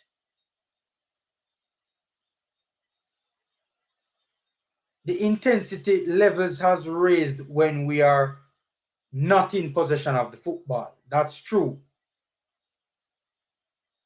But even yes, to some extent it has raised even when we're in possession of the football, but it's not where it should be. And one of the things I realize, and one of the things I have a problem with, is we're very slow in attacking transition. Right? When we do win possession of the football, we're not really urgent in our desire to get forward and get numbers forward to join the attack. You know, we're taking our own sweet time to move from defensive transition to offensive transition. I think we need to be quicker about that as well.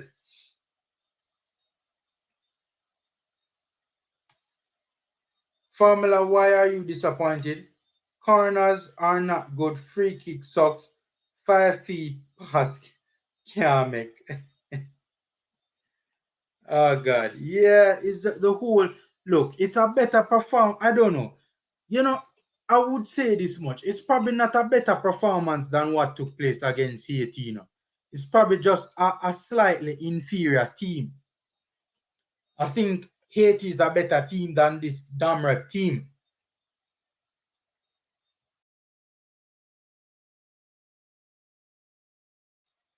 I think Haiti is a better team than this Damrep team, and I think that is why we even That is why we're even remotely competitive or remotely remaining competitive in this particular game.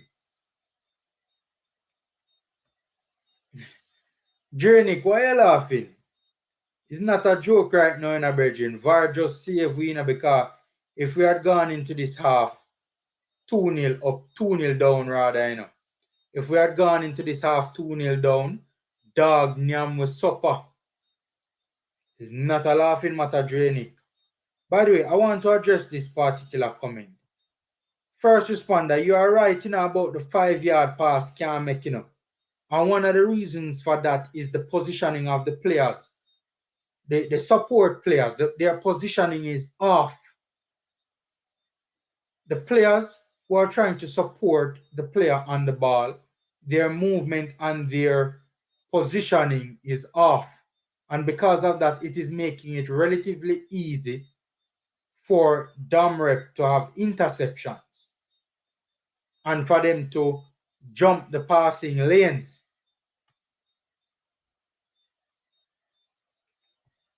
Said it already, Formula. What's the reason we want to go to the World Cup? To be placeholders and beating sticks? Boy, Dre, honestly, I would love for us to get to the World Cup and fire Fuzzy. That's what I honestly want. I think we should get to the World Cup and I think we should fire Fuzzy. I think we should get to the World Cup and I think we should fire Fuzzy. That is what I want. Because this team on paper is a relatively decent team that can put up decent competition against even the best at the World Cup with a decent coach. I mean, look, we have players that can come in as well, so we can't forget that. The squad can strengthen between now and when the next World Cup comes around, when the World Cup does eventually come around. Right? Relatively top players that on paper would have made it for the qualifiers didn't make it for injuries or, I hear Omari Hutchinson.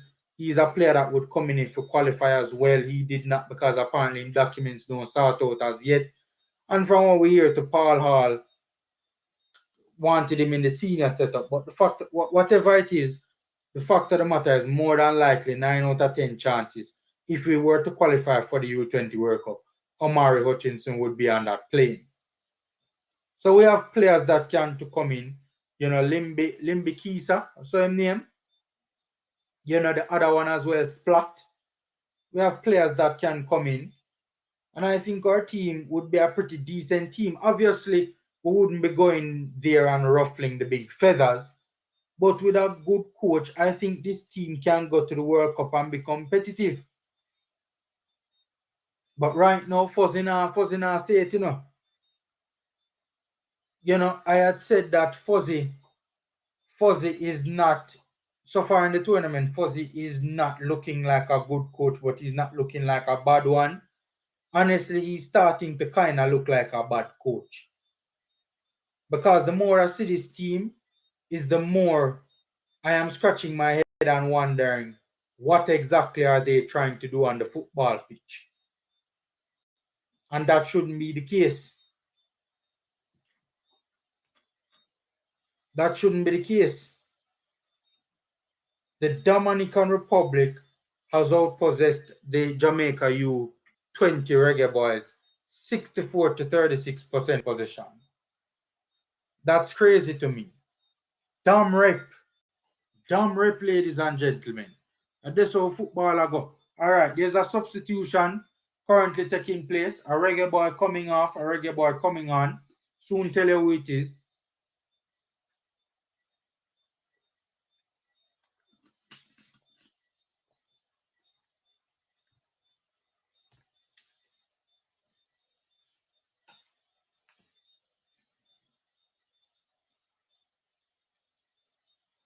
Kickoff is about to restart. The game is about to get going.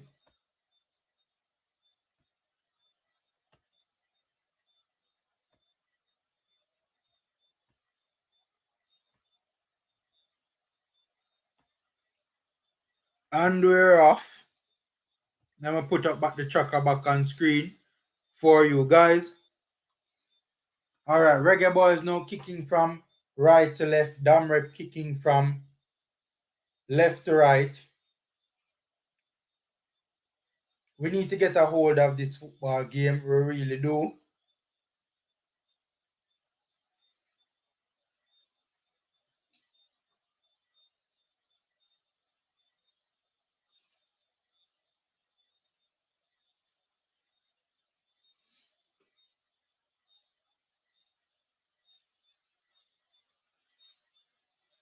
Alright, throwing for the Reggae Boyz on the right hand side of our defensive half. Tyler Roberts on the ball, turns, look for Jamari Clark. Jamari Clark dispossessed. Ball goes all the way back to the Damrep keeper. Damrep look to build out from the back and come again. Our goalkeeper has been good. He has been good. He has been good. I mean, he hasn't been excellent, but he has been good. You are really underrating the DR team. They have more technical players than us, but you're afraid to admit it. No, Cygnus, it's not that I'm afraid to admit it. I don't think so. I don't think they have better technical players than us. I think the team does not have a proper attacking structure. And because of that, we look like we have inferior technical players. But I don't think that our players are technically inferior to this team. I honestly, genuinely don't believe that. Cygnus, if you know my channel, you know me as a man where, a shot at Kanaya Boys Clark from the left half space just outside our penalty box from Damrep, from the dangerous number 10, the captain who plays for Inter Miami senior squad in the MLS.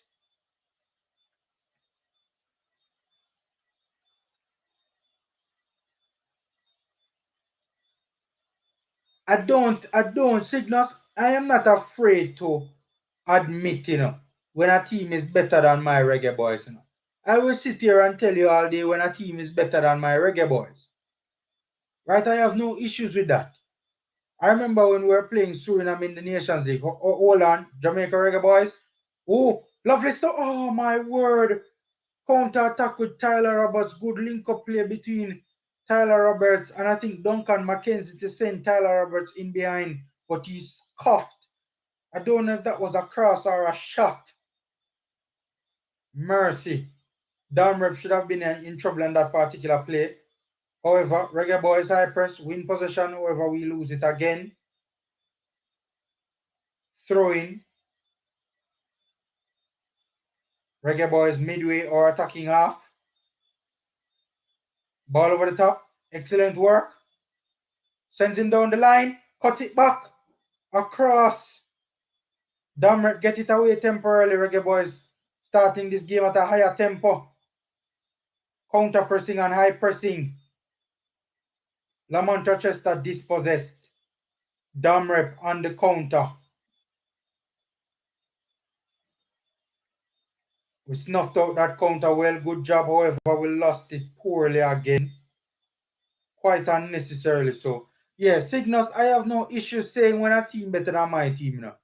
When in the Nations League game, the very first game against Suriname, I actually got criticism because I was saying that the team that we had in Suriname for that particular game was an inferior team to the team that Suriname had down in Suriname, and I got criticism for saying that. So I'm not afraid to admit it. I'm really and truly not. But I don't think they're better technical players. Probably one and two of them, like the Inter Miami player, the captain for Damrep is a real top quality player. Can't deny that. He would start for us for sure. He's better than Duncan McKenzie for sure. I think so. Right, them right wing as well is a Wasilika player who could probably start for us as well. He's a good player.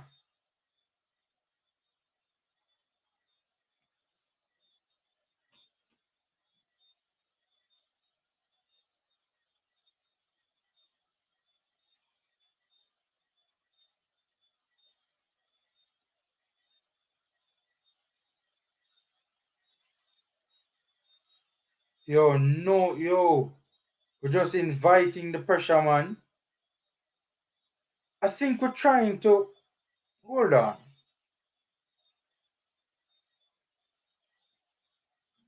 The Boyz build up a while ago looked poor. They were struggling to build out from the back. Lack of adequate quality passing options out from the back.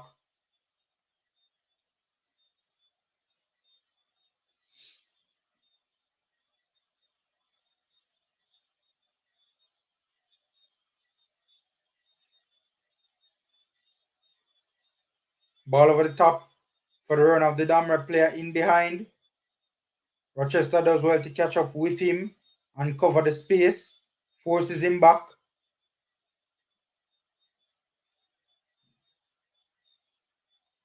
That player there was just far too easily beaten, man. Far too easily beaten.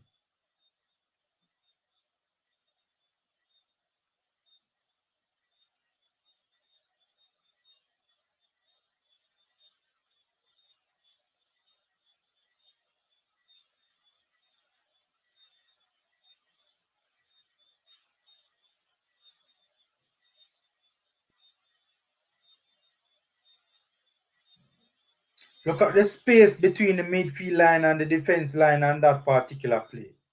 Mercy. How do you expect connectivity to take place with such a massive distance between the defense line and the midfield line?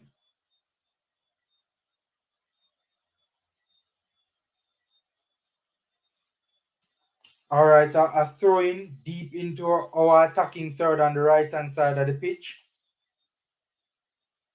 Zemini's with the ball in hand, however, Dammer player has gone down. So we await for him to get himself back together. Looks like he was hit in the face. He's holding his face.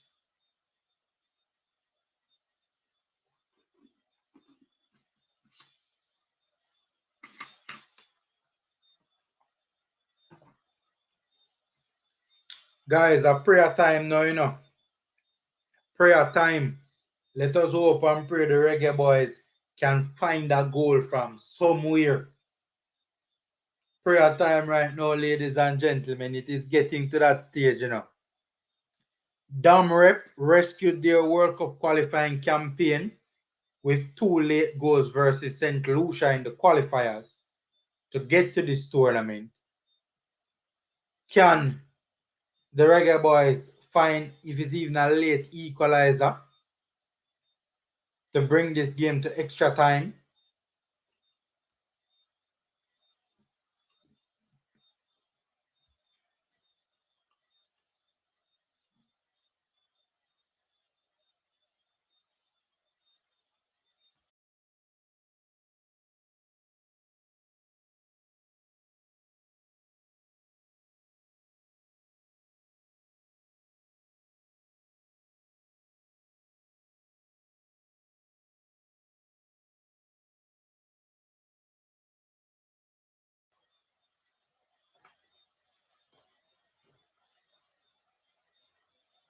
All right, Reggae boys playing the game inside the Dam Rep half. However, poor pass from the defense line. Dam Rep comes away with it now. The passing has been poor for a number of different reasons. The Reggae boys just look flat again, not creating anything. Where are our creative sparks to get on the ball and make something happen? Nobody to rely on to make something happen. The only person who is even trying to be an outlet of some sorts is Tyler Roberts.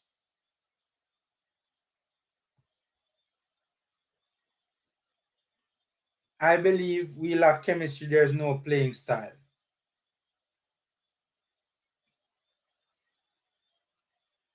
I believe Haiti had zero preparation for this tournament, but still put together some very good performances in this tournament. That's what I believe. We had a better preparation than Haiti.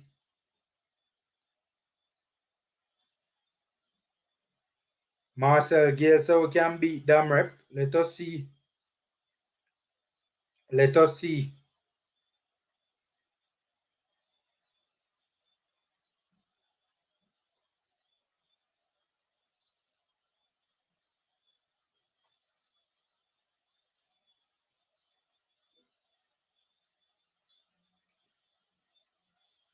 Long balls, but to no avail. Reggae Boyz trying everything to try and get back into this game. That long ball did not find its intended target, the outlet down the right. Tyler Roberts. Truth be told, Damrep isn't even really throwing anything serious at us either, you know. So this is a game where we can get a goal and make something happen. Looks like there's a player down. A Damrep player is down injured. Is that the goalkeeper? Yeah, look like it's the goalkeeper. Looks like the goalkeeper is down injured, ladies and gentlemen. I mean, that was not any form of, that was an off the ball incident basically. He just went down. So let's hope that he's okay. If he has to be replaced, let's hope a poor goalkeeper replaces him. But let's hope he's okay. Those are the ones that are usually concerning, you know. Those are the ones that are usually concerning when the player just goes down. Probably could be cramps, I don't know. He seems to be alright. He's back up on his feet now. Seems to be a very tall goalkeeper. Seems to be a very large goalkeeper. Judging by how he dwarfs the people around him. It's expected he is a goalkeeper.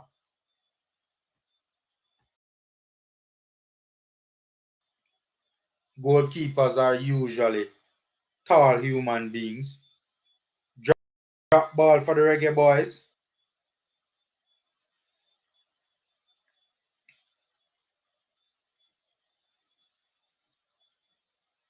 Blake with a long ball. Looking for Jamari Clark. That ball goes straight to the Damrep keeper. I mean, I don't know what we're doing at this point. It's just some long balls out from the defense line. I don't know if we're trying to use Jamari Clark as a target man. I don't see anybody trying to play off the second balls around Clark. Some of these long balls have been for Tyler Roberts, who is not a very tall individual and not known for aerial prowess. So I really don't know what we're trying to do right now, to be honest with you. We're just struggling to play out and just booting it long. Lamont Rochester turns on it. Good stuff by Rochester. Oh, good stuff by Rochester. To send Duncan McKenzie. In behind Duncan McKenzie tried to cross it. Reggae Boyz come away with it. Counter press, win it again. Pearson shrugged off not Pearson rather. Zimini shrugged off it. Damrep coming away on the counter. 2v2 on this particular counter, however, the pass was poor. And it sent the Damrep number 7, the dangerous Damrep number 7, too wide. It eventually went out for a throw into the Reggae Boyz. We were lucky in that particular scenario. If that pass was better, would have been in problems in transition. Jamar Clark holding it up well, good turn. Pearson on it now. Sends Zimini's out wide. Zimini's looking to go down the line or cut inside. Seems to be caught in two minds. Eventually goes down the line, and I don't even know what that was, man. To call that an attempted cross would be an understatement. That was just ridiculous. And now we're gone in this particular fixture. Damrep 1, Reggae Boyz U20 team 0.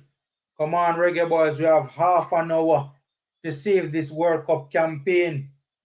Damrep are half an hour from glory. The Reggae Boyz are half an hour from catastrophe. Knock up the like button if you guys believe the Reggae Boyz can get back into this one. Even if you don't think the Reggae Boyz can get back into it, knock up the like button, same way.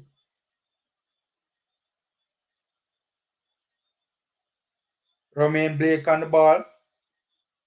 Passes it to Kobe. Is that no lie? That's Zander. That's Zander being. By the way, who was the substitute? Who was the substitute? Because I don't think that was that substitution made. Hit me in the comment section, guys. I don't feel like the substitution was made on the part of the Reggae Boyz. Only one sub make.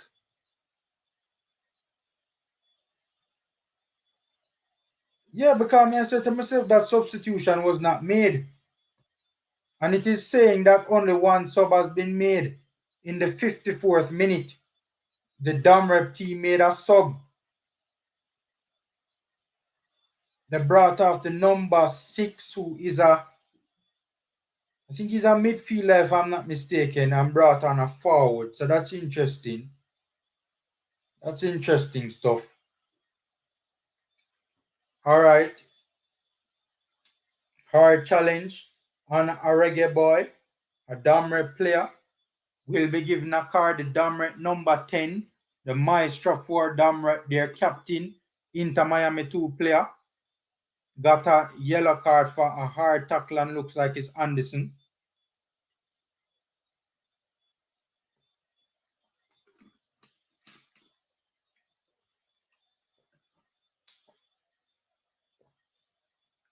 So it's a free kick for the Reggae Boyz now. In our attacking third. Looks like it will be an outswinger into the box. Decent delivery. However, Damrep win the first and second ball. On the counter now, Damrep can be dangerous. We have numbers back, so we have nothing to fear. Zander Bicknell cleans up that for us. Reggae Boyz stringing some passes together in the last 5 or so minutes. As me make the talks up, Rochester lost it.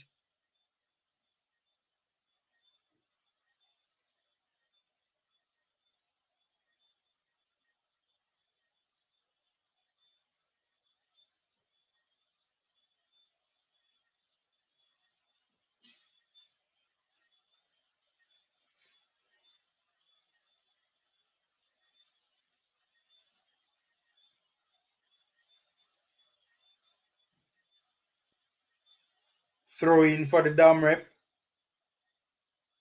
Midway they're attacking half, or eventually they lose possession of the ball. Cleared by the Reggae Boyz, but Damrep win the first ball. And then an aimless pass out from back from the Damrep defender. The Reggae Boyz come again. Ladies and gentlemen, 64 minutes gone in this one. Reggae Boyz desperately seeking if it's even an equalizer.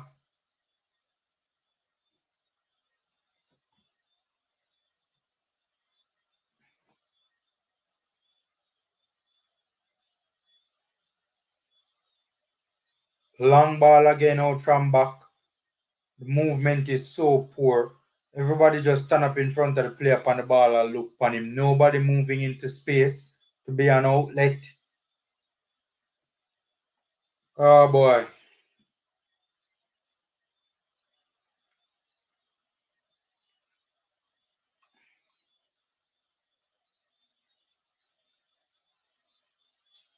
Throwing for the Damrep. That is cleared by a Reggae Boy head for another throwing to the Damrep. This time inside their attacking half. They recycle possession of the ball out wide right. Our pivot players need to take control of this game. Zander Bicknell is trying. He is trying, but he's not receiving any help in doing so. Our pivot players really need to get going on the half turn and really take control of this game, man.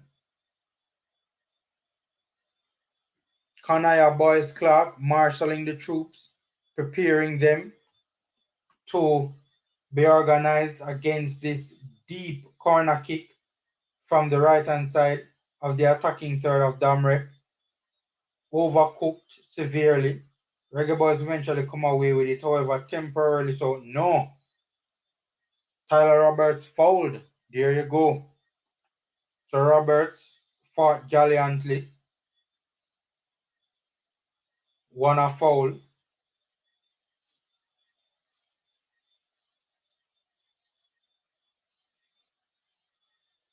Ball played back to Kanaya Boyz Clark.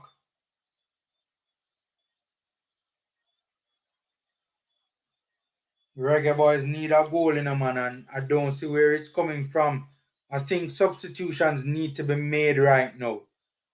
It has gone a bit stale for the young Reggae Boyz. Substitutions need to be made. Oh, counter pressing, win the ball in the attacking third, trying to get a shot off. Ooh, just wide. That looks like Tyreek Jimenez. No, Duncan McKenzie on his weaker right. Duncan McKenzie trying to make something happen on his weaker right. Looked like he was going to shoot it with the left, then decided to shape with his right. Put it onto his right. I think the Damrep defender did very well to close down the idea of a shot with the left. Oh, the Damrep player loses it in a very dangerous position. Jamari Clark has been poor. Yeah, and that's a yellow card. That's a card easy. Clark needs to come off. Clark has been poor. He has been holding on to the ball too long. He hasn't been holding it up well. He needs to come off. At this point in time, we need a player who can run the channels. Zion Scarlett does better at running the channels. Because the game is being played more and more in the half of Damrep. We need a forward who can run the channels. And he can do his fair share of holding up the play as well. I think Jamari Clark needs to go. I think he has been poor. I think Zion Scarlett's movement is better suited for this occasion right now. I also think Duncan McKenzie needs to go. He has been missing and mostly absent in the middle of the park. I think Kobe Thomas needs to come on to try and be a creative outlet for us at this particular moment in time and try and make something happen. I think I would take off Pearson, who has been a bystander for yet another game. Why Pearson keep on a play in this team? Me no know. For the love of God, what is Pearson doing to keep on starting in this team? I would take off Pearson right now and put on Kamali Powell. Those are the substitutions I think we need to freshen things up. Good cross. Good cross from Rochester. Good takedown from Jamari Clark. Ooh. Excellent recovery defending from the Damrep player to dispossess Jamari Clark at the last minute. What a ball from Rochester. That was a decent run from Clark, to be fair. In the gap between the two centre backs.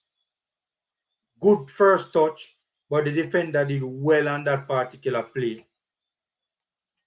That was good defending from Damrep. That was a dangerous moment. Still think Clark should come off, though.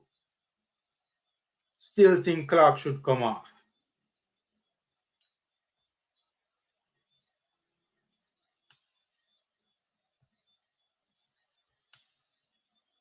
Hold on, I've been completely ignoring the comment section. Oh no, what are you with? I never realized they enter the chat. What's happening, man? I thought that was it. Great defending. Yeah. I think we have a goal in this game now, I think we have a goal in this game. One done. MUFC, a waste of time. This not even one change in the game. Kiss me teeth. Yeah, I think we need to change things right now. I think we need to freshen up things a bit. I think it has gone a bit stale. What is Jamari Clark doing? He's poor on the ball. Whoa, yeah. Ooh, what just happened a while ago? What just happened a while ago? Yo, Boyz Clark, brethren, where you do, brethren? Yo, what just happened a while ago? Blows, yo, oh man. Boyz Clark think a dandy shandy this in a man. Boyz Clark no realize, ooh, excellent move there from Romain Blake. Send it out wide to Pierce, man. Oh God, man. Romain Blake, man. You do everything right and then at the last minute, send it wide to Pierce with him swinging the cross, man.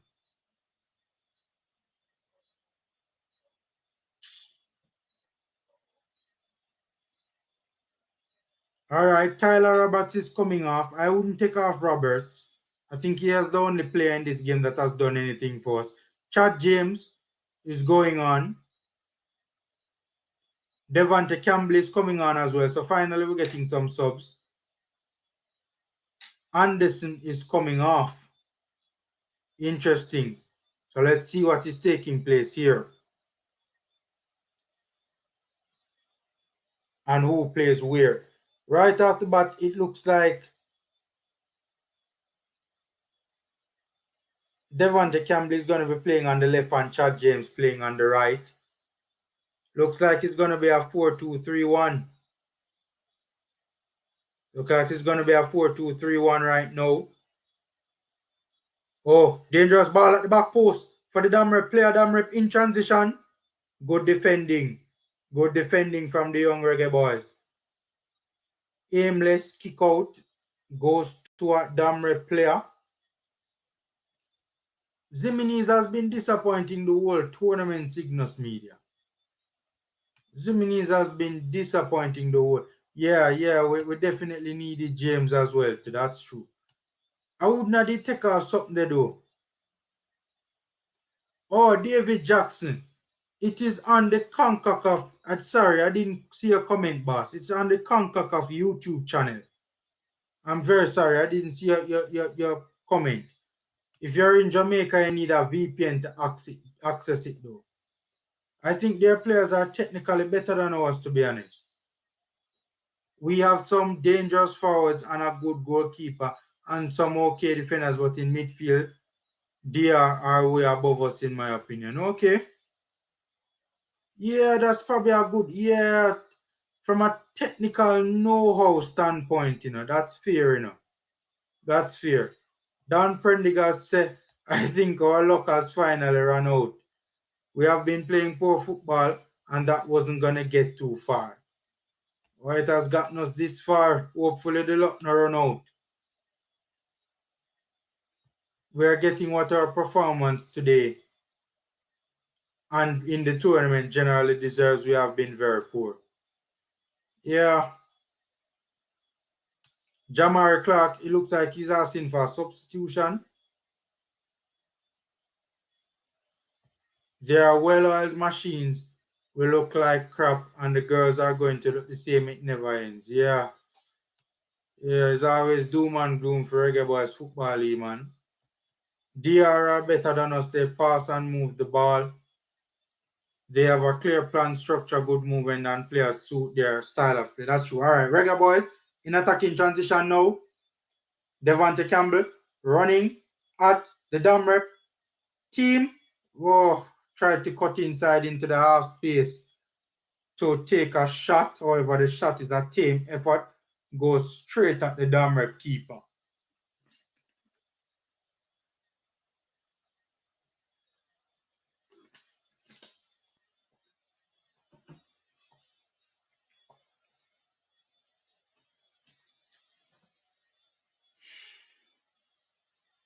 Damrep come again. Oh, foul from Rochester. Is Rochester on a yellow card? Didn't Rochester get a yellow card earlier in the stream?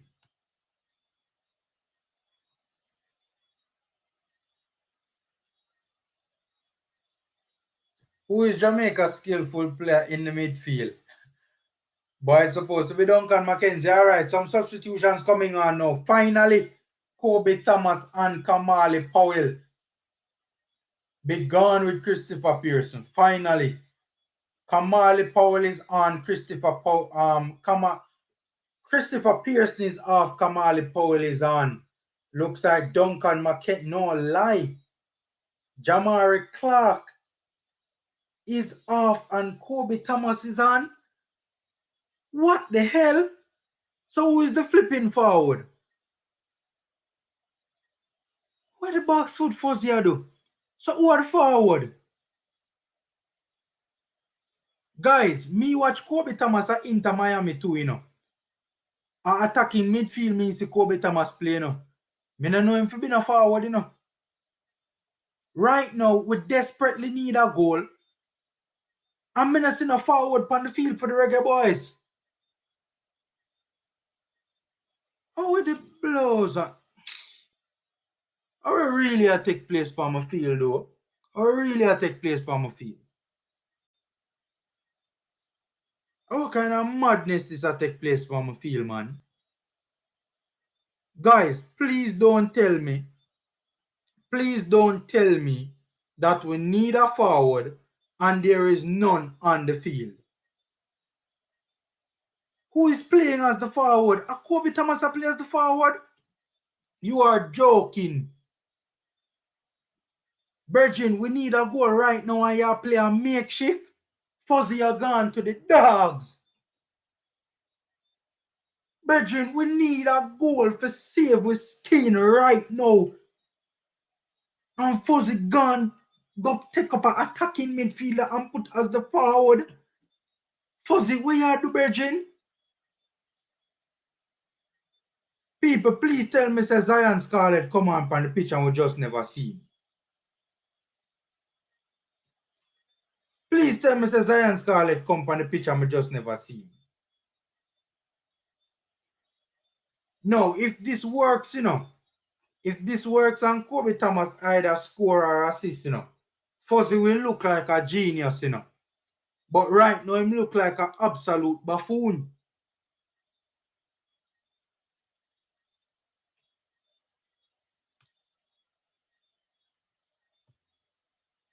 The same song we sing every game. Can't blame the players, they're just not good enough. Blame the selectors.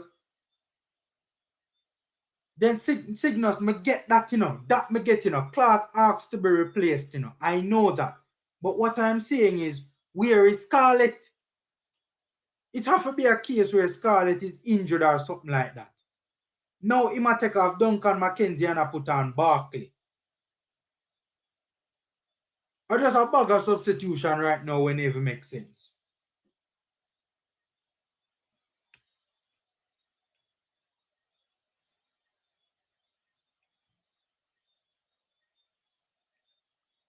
So it look like a Devante Campbell right now at the forward. Am I seeing well, ladies and gentlemen?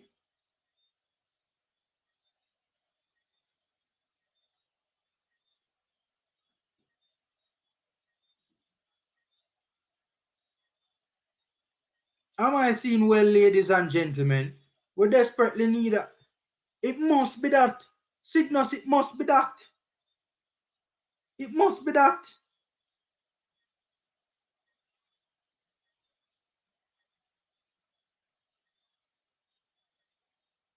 Yo, look on the big hole in the middle of the park. Dear Jesus, look on the big hole in the middle of the park.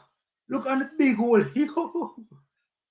All right, let me try and wrap my brain about what round will take place right now, ladies and gentlemen. So we're playing what appears to be 4-3-3 start. Is this a 4-3-3?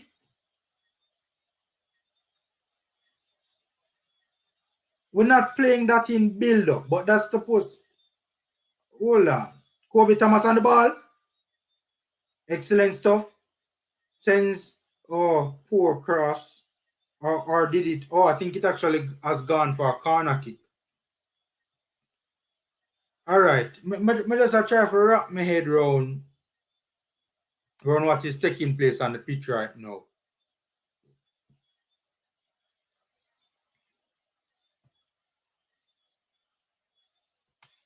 Corner kick for the young Reggae boys.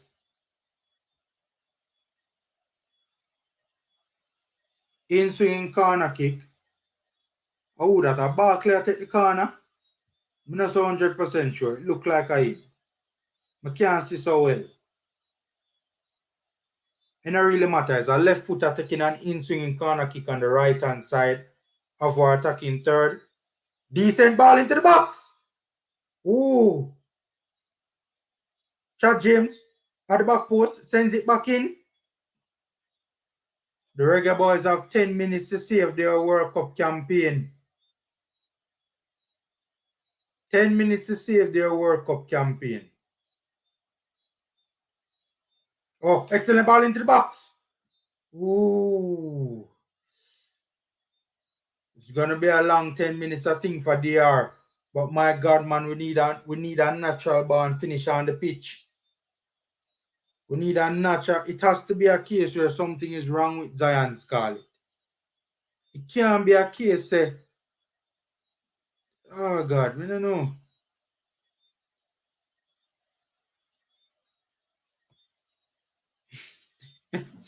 JFF always find them waste man as coach. Bye.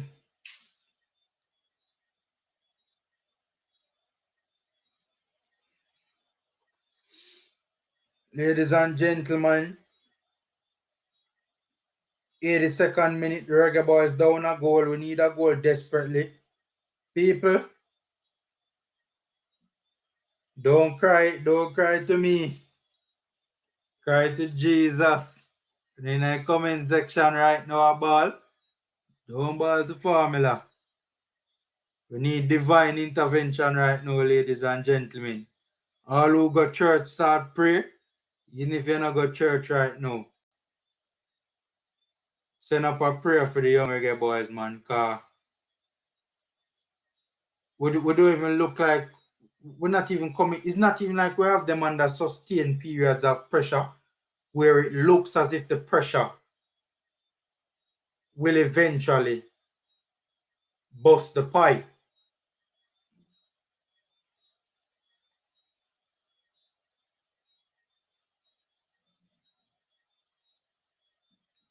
Long diagonal.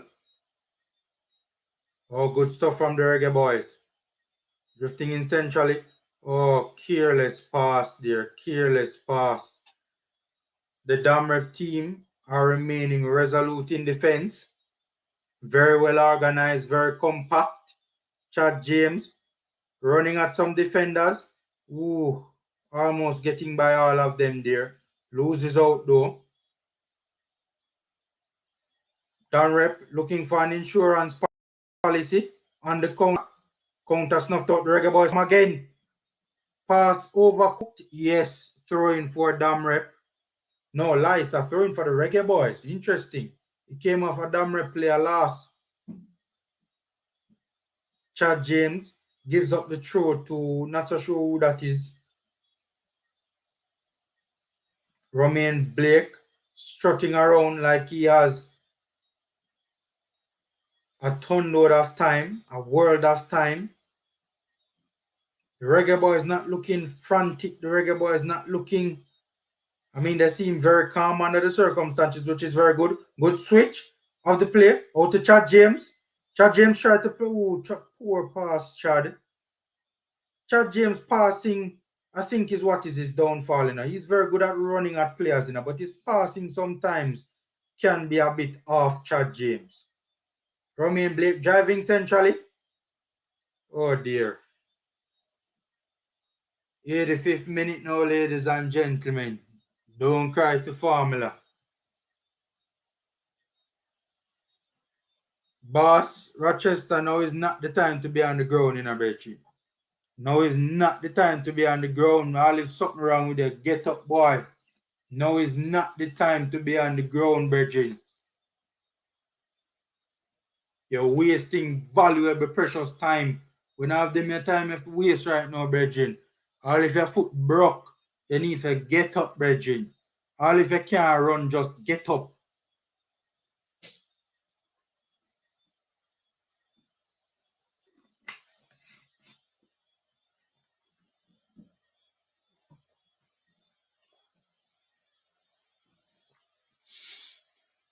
Play about to restart.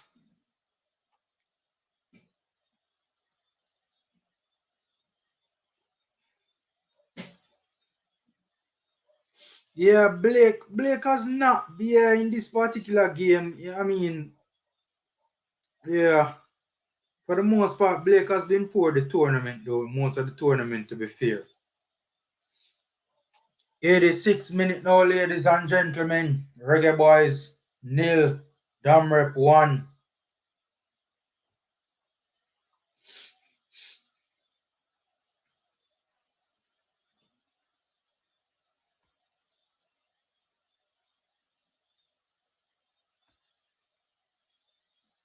Reggae Boyz with a throw in, midway or defensive half, on the left hand side of the pitch.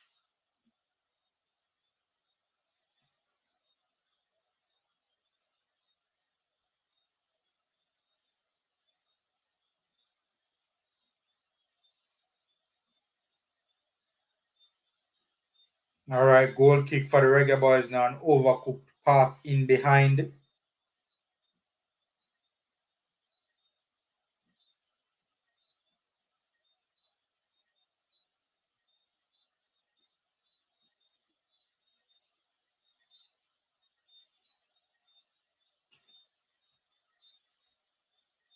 Yeah, one. Hopefully something can go on, man. Oh, good. Oh, that's a foul, Mr. Ref. Come on, man. That's a foul. That's a foul. Yeah, man. Guys, 87th minute now, you know. Thing a look rough, you know. Rough and struggle right now.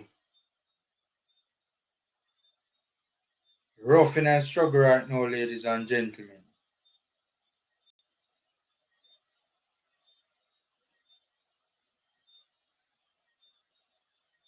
Throwing for the Reggae Boyz. Dio Fuzzy, I look on you watch. Nervous. Cross into the box for the Reggae Boyz. It goes out for a corner kick.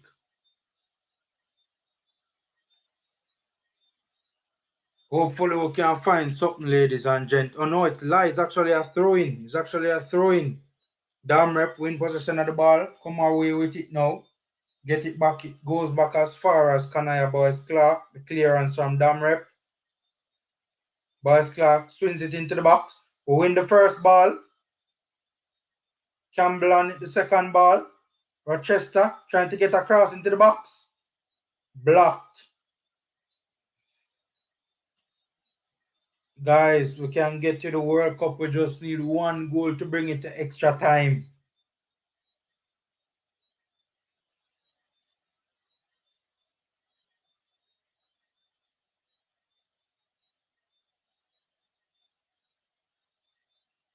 Whipping one, Rochester. Whipping one. Oh, not the best cross. Don't even think it passed the first man. Well, it passed the first man, but the second man, it didn't pass him.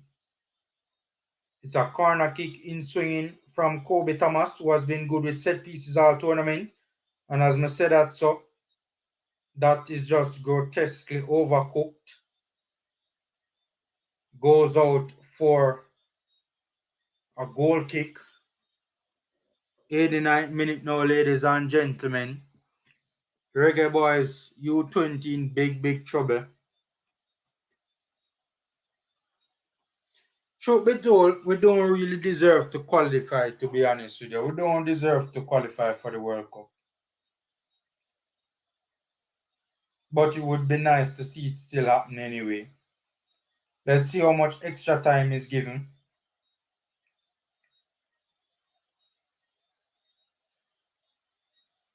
Rochester, good win. Oh no, the referee blows his whistle. Mercy. 4 minutes of extra time, guys. The Reggae Boyz have 4 minutes to save them skin. This close to qualifying for a U20 World Cup. We just need a goal right now. Ball in behind. Oh my word. Couldn't be. Oh, free kick. No. think that's Devante Camden who was adjudged to have fouled the player. 30 seconds gone out of the 4 minutes. All that a foolishness, you know. That's just the damn red keeper just drop on the ground and I make a meal of it, you know. Fuzzy looks dejected. Truth be told, right now, me really a cling on some form of hope say the Reggae Boys can find something, man. Something. We found it against Costa Rica. We found it against Costa Rica. We should have a striker in the box right now that we should be just getting it out wide and getting crosses into the box. For him to get on the end of it and finish it. Chad James trying to make something happen. It doesn't.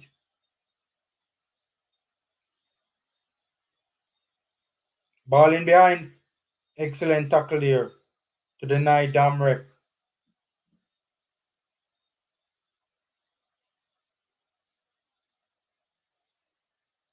Free kick to the young Reggae Boys right now.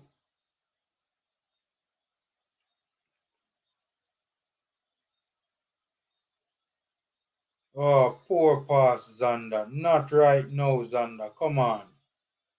All the passes should be on point right now, man. Damn rep, 2 minutes away from celebrating a famous World Cup berth. Long ball.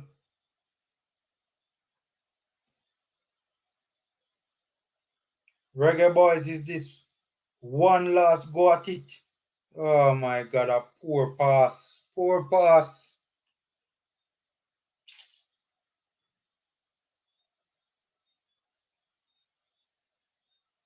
Kanaya Boys clock.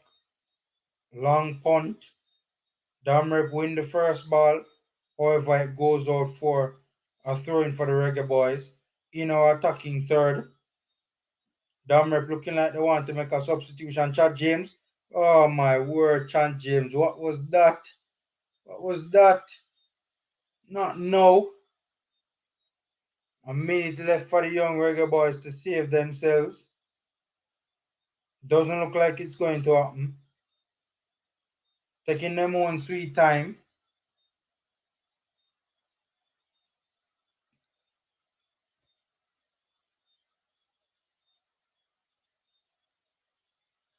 Yeah, Dranic, I agree. We couldn't have gotten it any easier. I mean, the game basically done now, you know. Unless we can get one last thing going. Whoa. That's it, ladies and gentlemen. The game is finished. You see it on your screen there. It's finished. It's not finished on my stream just yet, but it is finished. I was so looking forward to celebrating our World Cup berth on this particular watch along. Damrep celebrate. Damrep running out onto the pitch. They have qualified for a U20 World Cup. Despair for the Reggae Boys.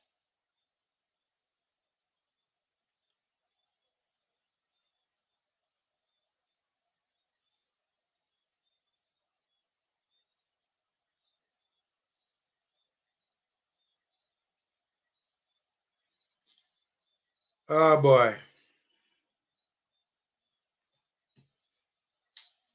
All right.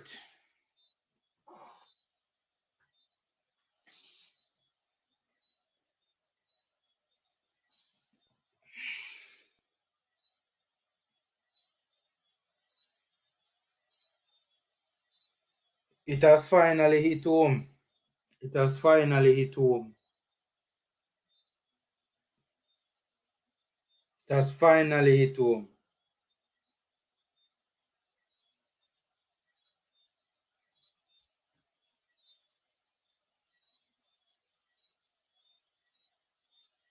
It has finally too. The Reggae Boys are knocked out of the U20 World Cup.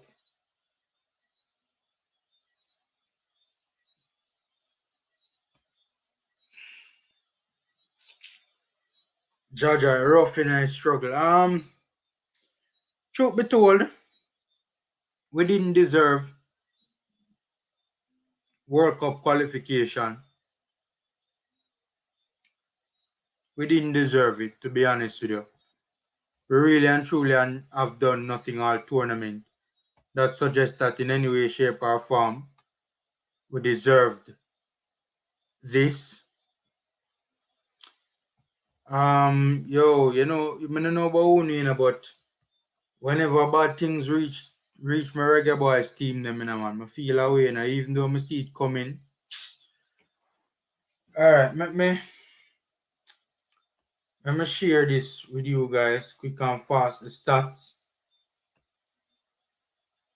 Let me share the stats with you guys. There it is on your screen, ladies and gentlemen. There it is on the screen. Alright, let me read it out.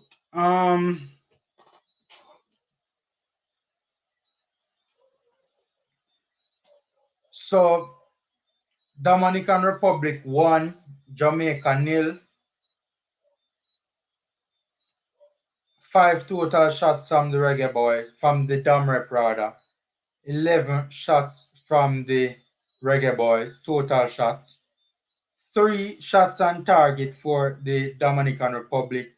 2 on target for the Young Reggae Boys. Dam Rep had 54% possession. The Reggae Boys had 46% possession. As the second half went on though, Dam Rep was more concerned about preserving their lead than anything else. I think they realized Jamaica were not going to break them down today. And wasn't capable of getting a goal back. At no point in time it really looked like we were going to score in this particular game. 365 passes in total from Dam Rep, 317 to the Reggae Boys.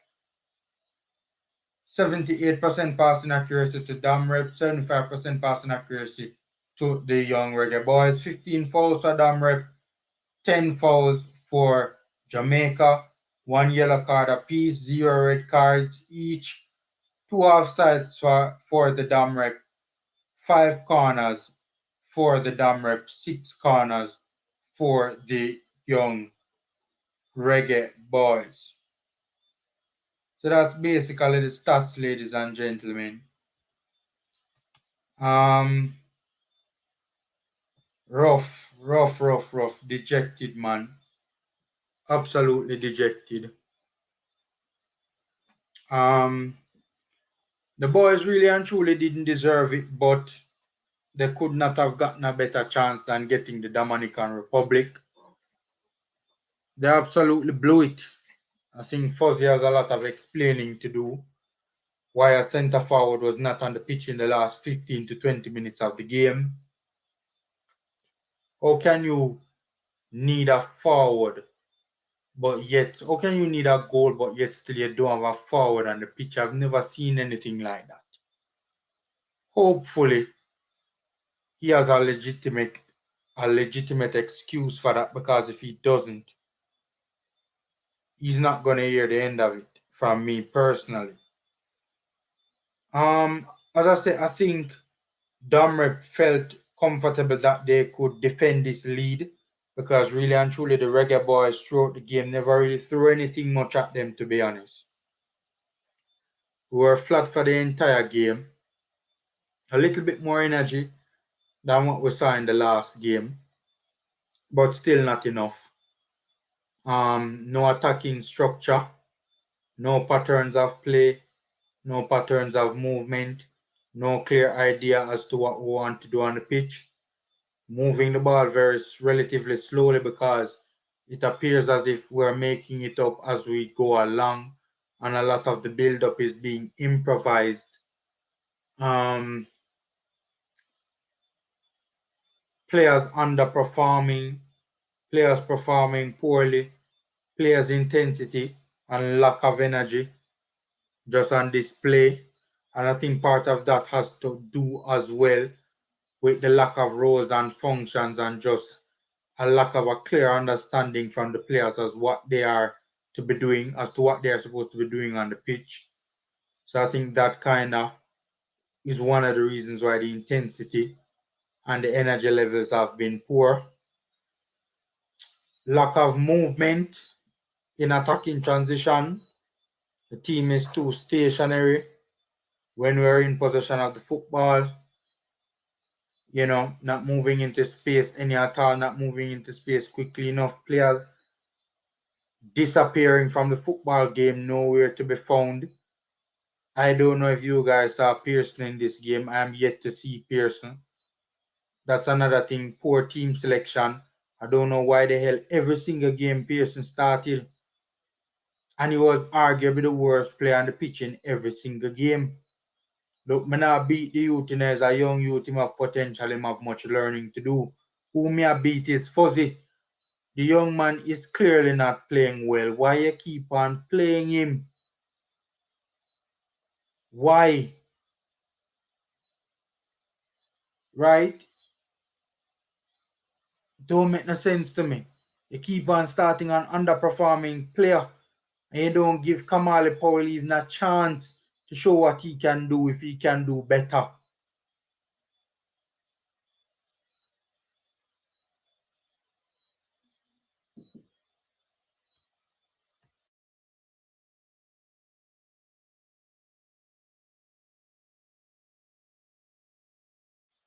Rough,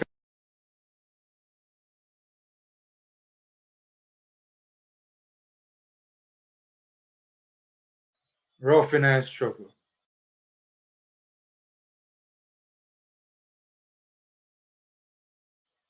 Rough in a struggle. That's all I can say. Yo, it hurt, man. Let me look at some of your comments. All right, fellow Caribbean brother is in the house. I have no idea what he's saying. I wonder if he understands what I am saying. Daving Axe One, you understand what I'm saying, boss? Big up Formula. Don't waste your time and energy, Michi. It's hard not to KY. We don't just vlog just because we want to vlog, We do genuinely care about Jamaica's football, We do genuinely care about Jamaica's football, and it is difficult to swallow a pill like this, man. We were this close. This close. We could not have gotten it any easier. We never deserved to make it, but we were this close. We could not have gotten it any easier. We could not have gotten it any easier.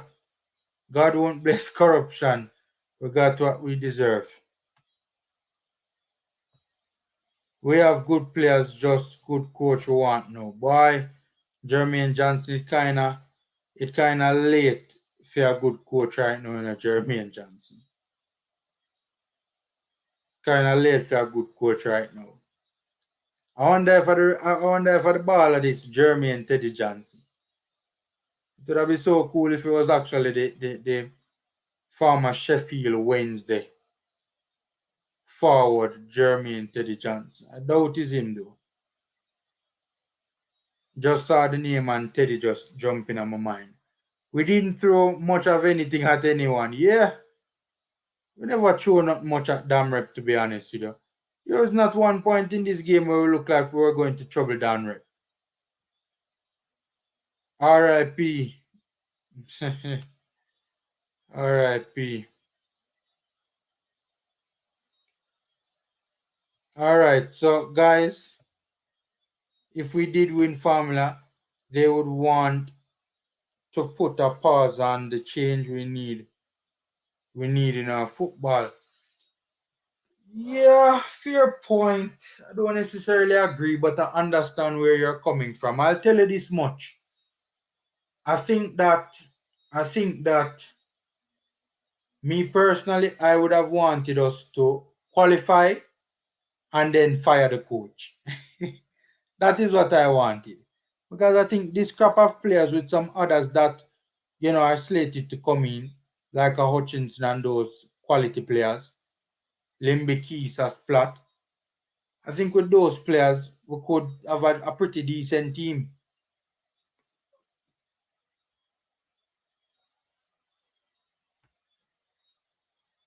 But we never really see much of him during the entire tournament, though. One, to be fair. Oh, yeah. I'm Mexican, but I support to all our Latin brothers. My friend, you know what you need to tell your Latin brothers to do? You need to tell your fellow Central Americans, especially the ones who become referees, you need to tell them to stop stealing football games from Jamaica. You need to tell your fellow Latin brothers that they need to stop thief Jamaica. You understand the patois, boss? Daving Axe 1, you understand the patois? Tell your Latin brothers when they are making their way to become referees, tell them to stop stealing our games. No offense, but we have had enough. All right. I think that's it from me here today. I'm kind of dejected and I just want to put my mind somewhere else, to be honest with you. I'll probably talk about the tournament tomorrow or something like that. Already gave a synopsis on the game. Again, his substitutions didn't make sense to me, Fuzzy. One, they were late. Two, how on God's green earth we want a goal and there's no out and out centre forward on the pitch. Him take off the one forward and put on midfielders and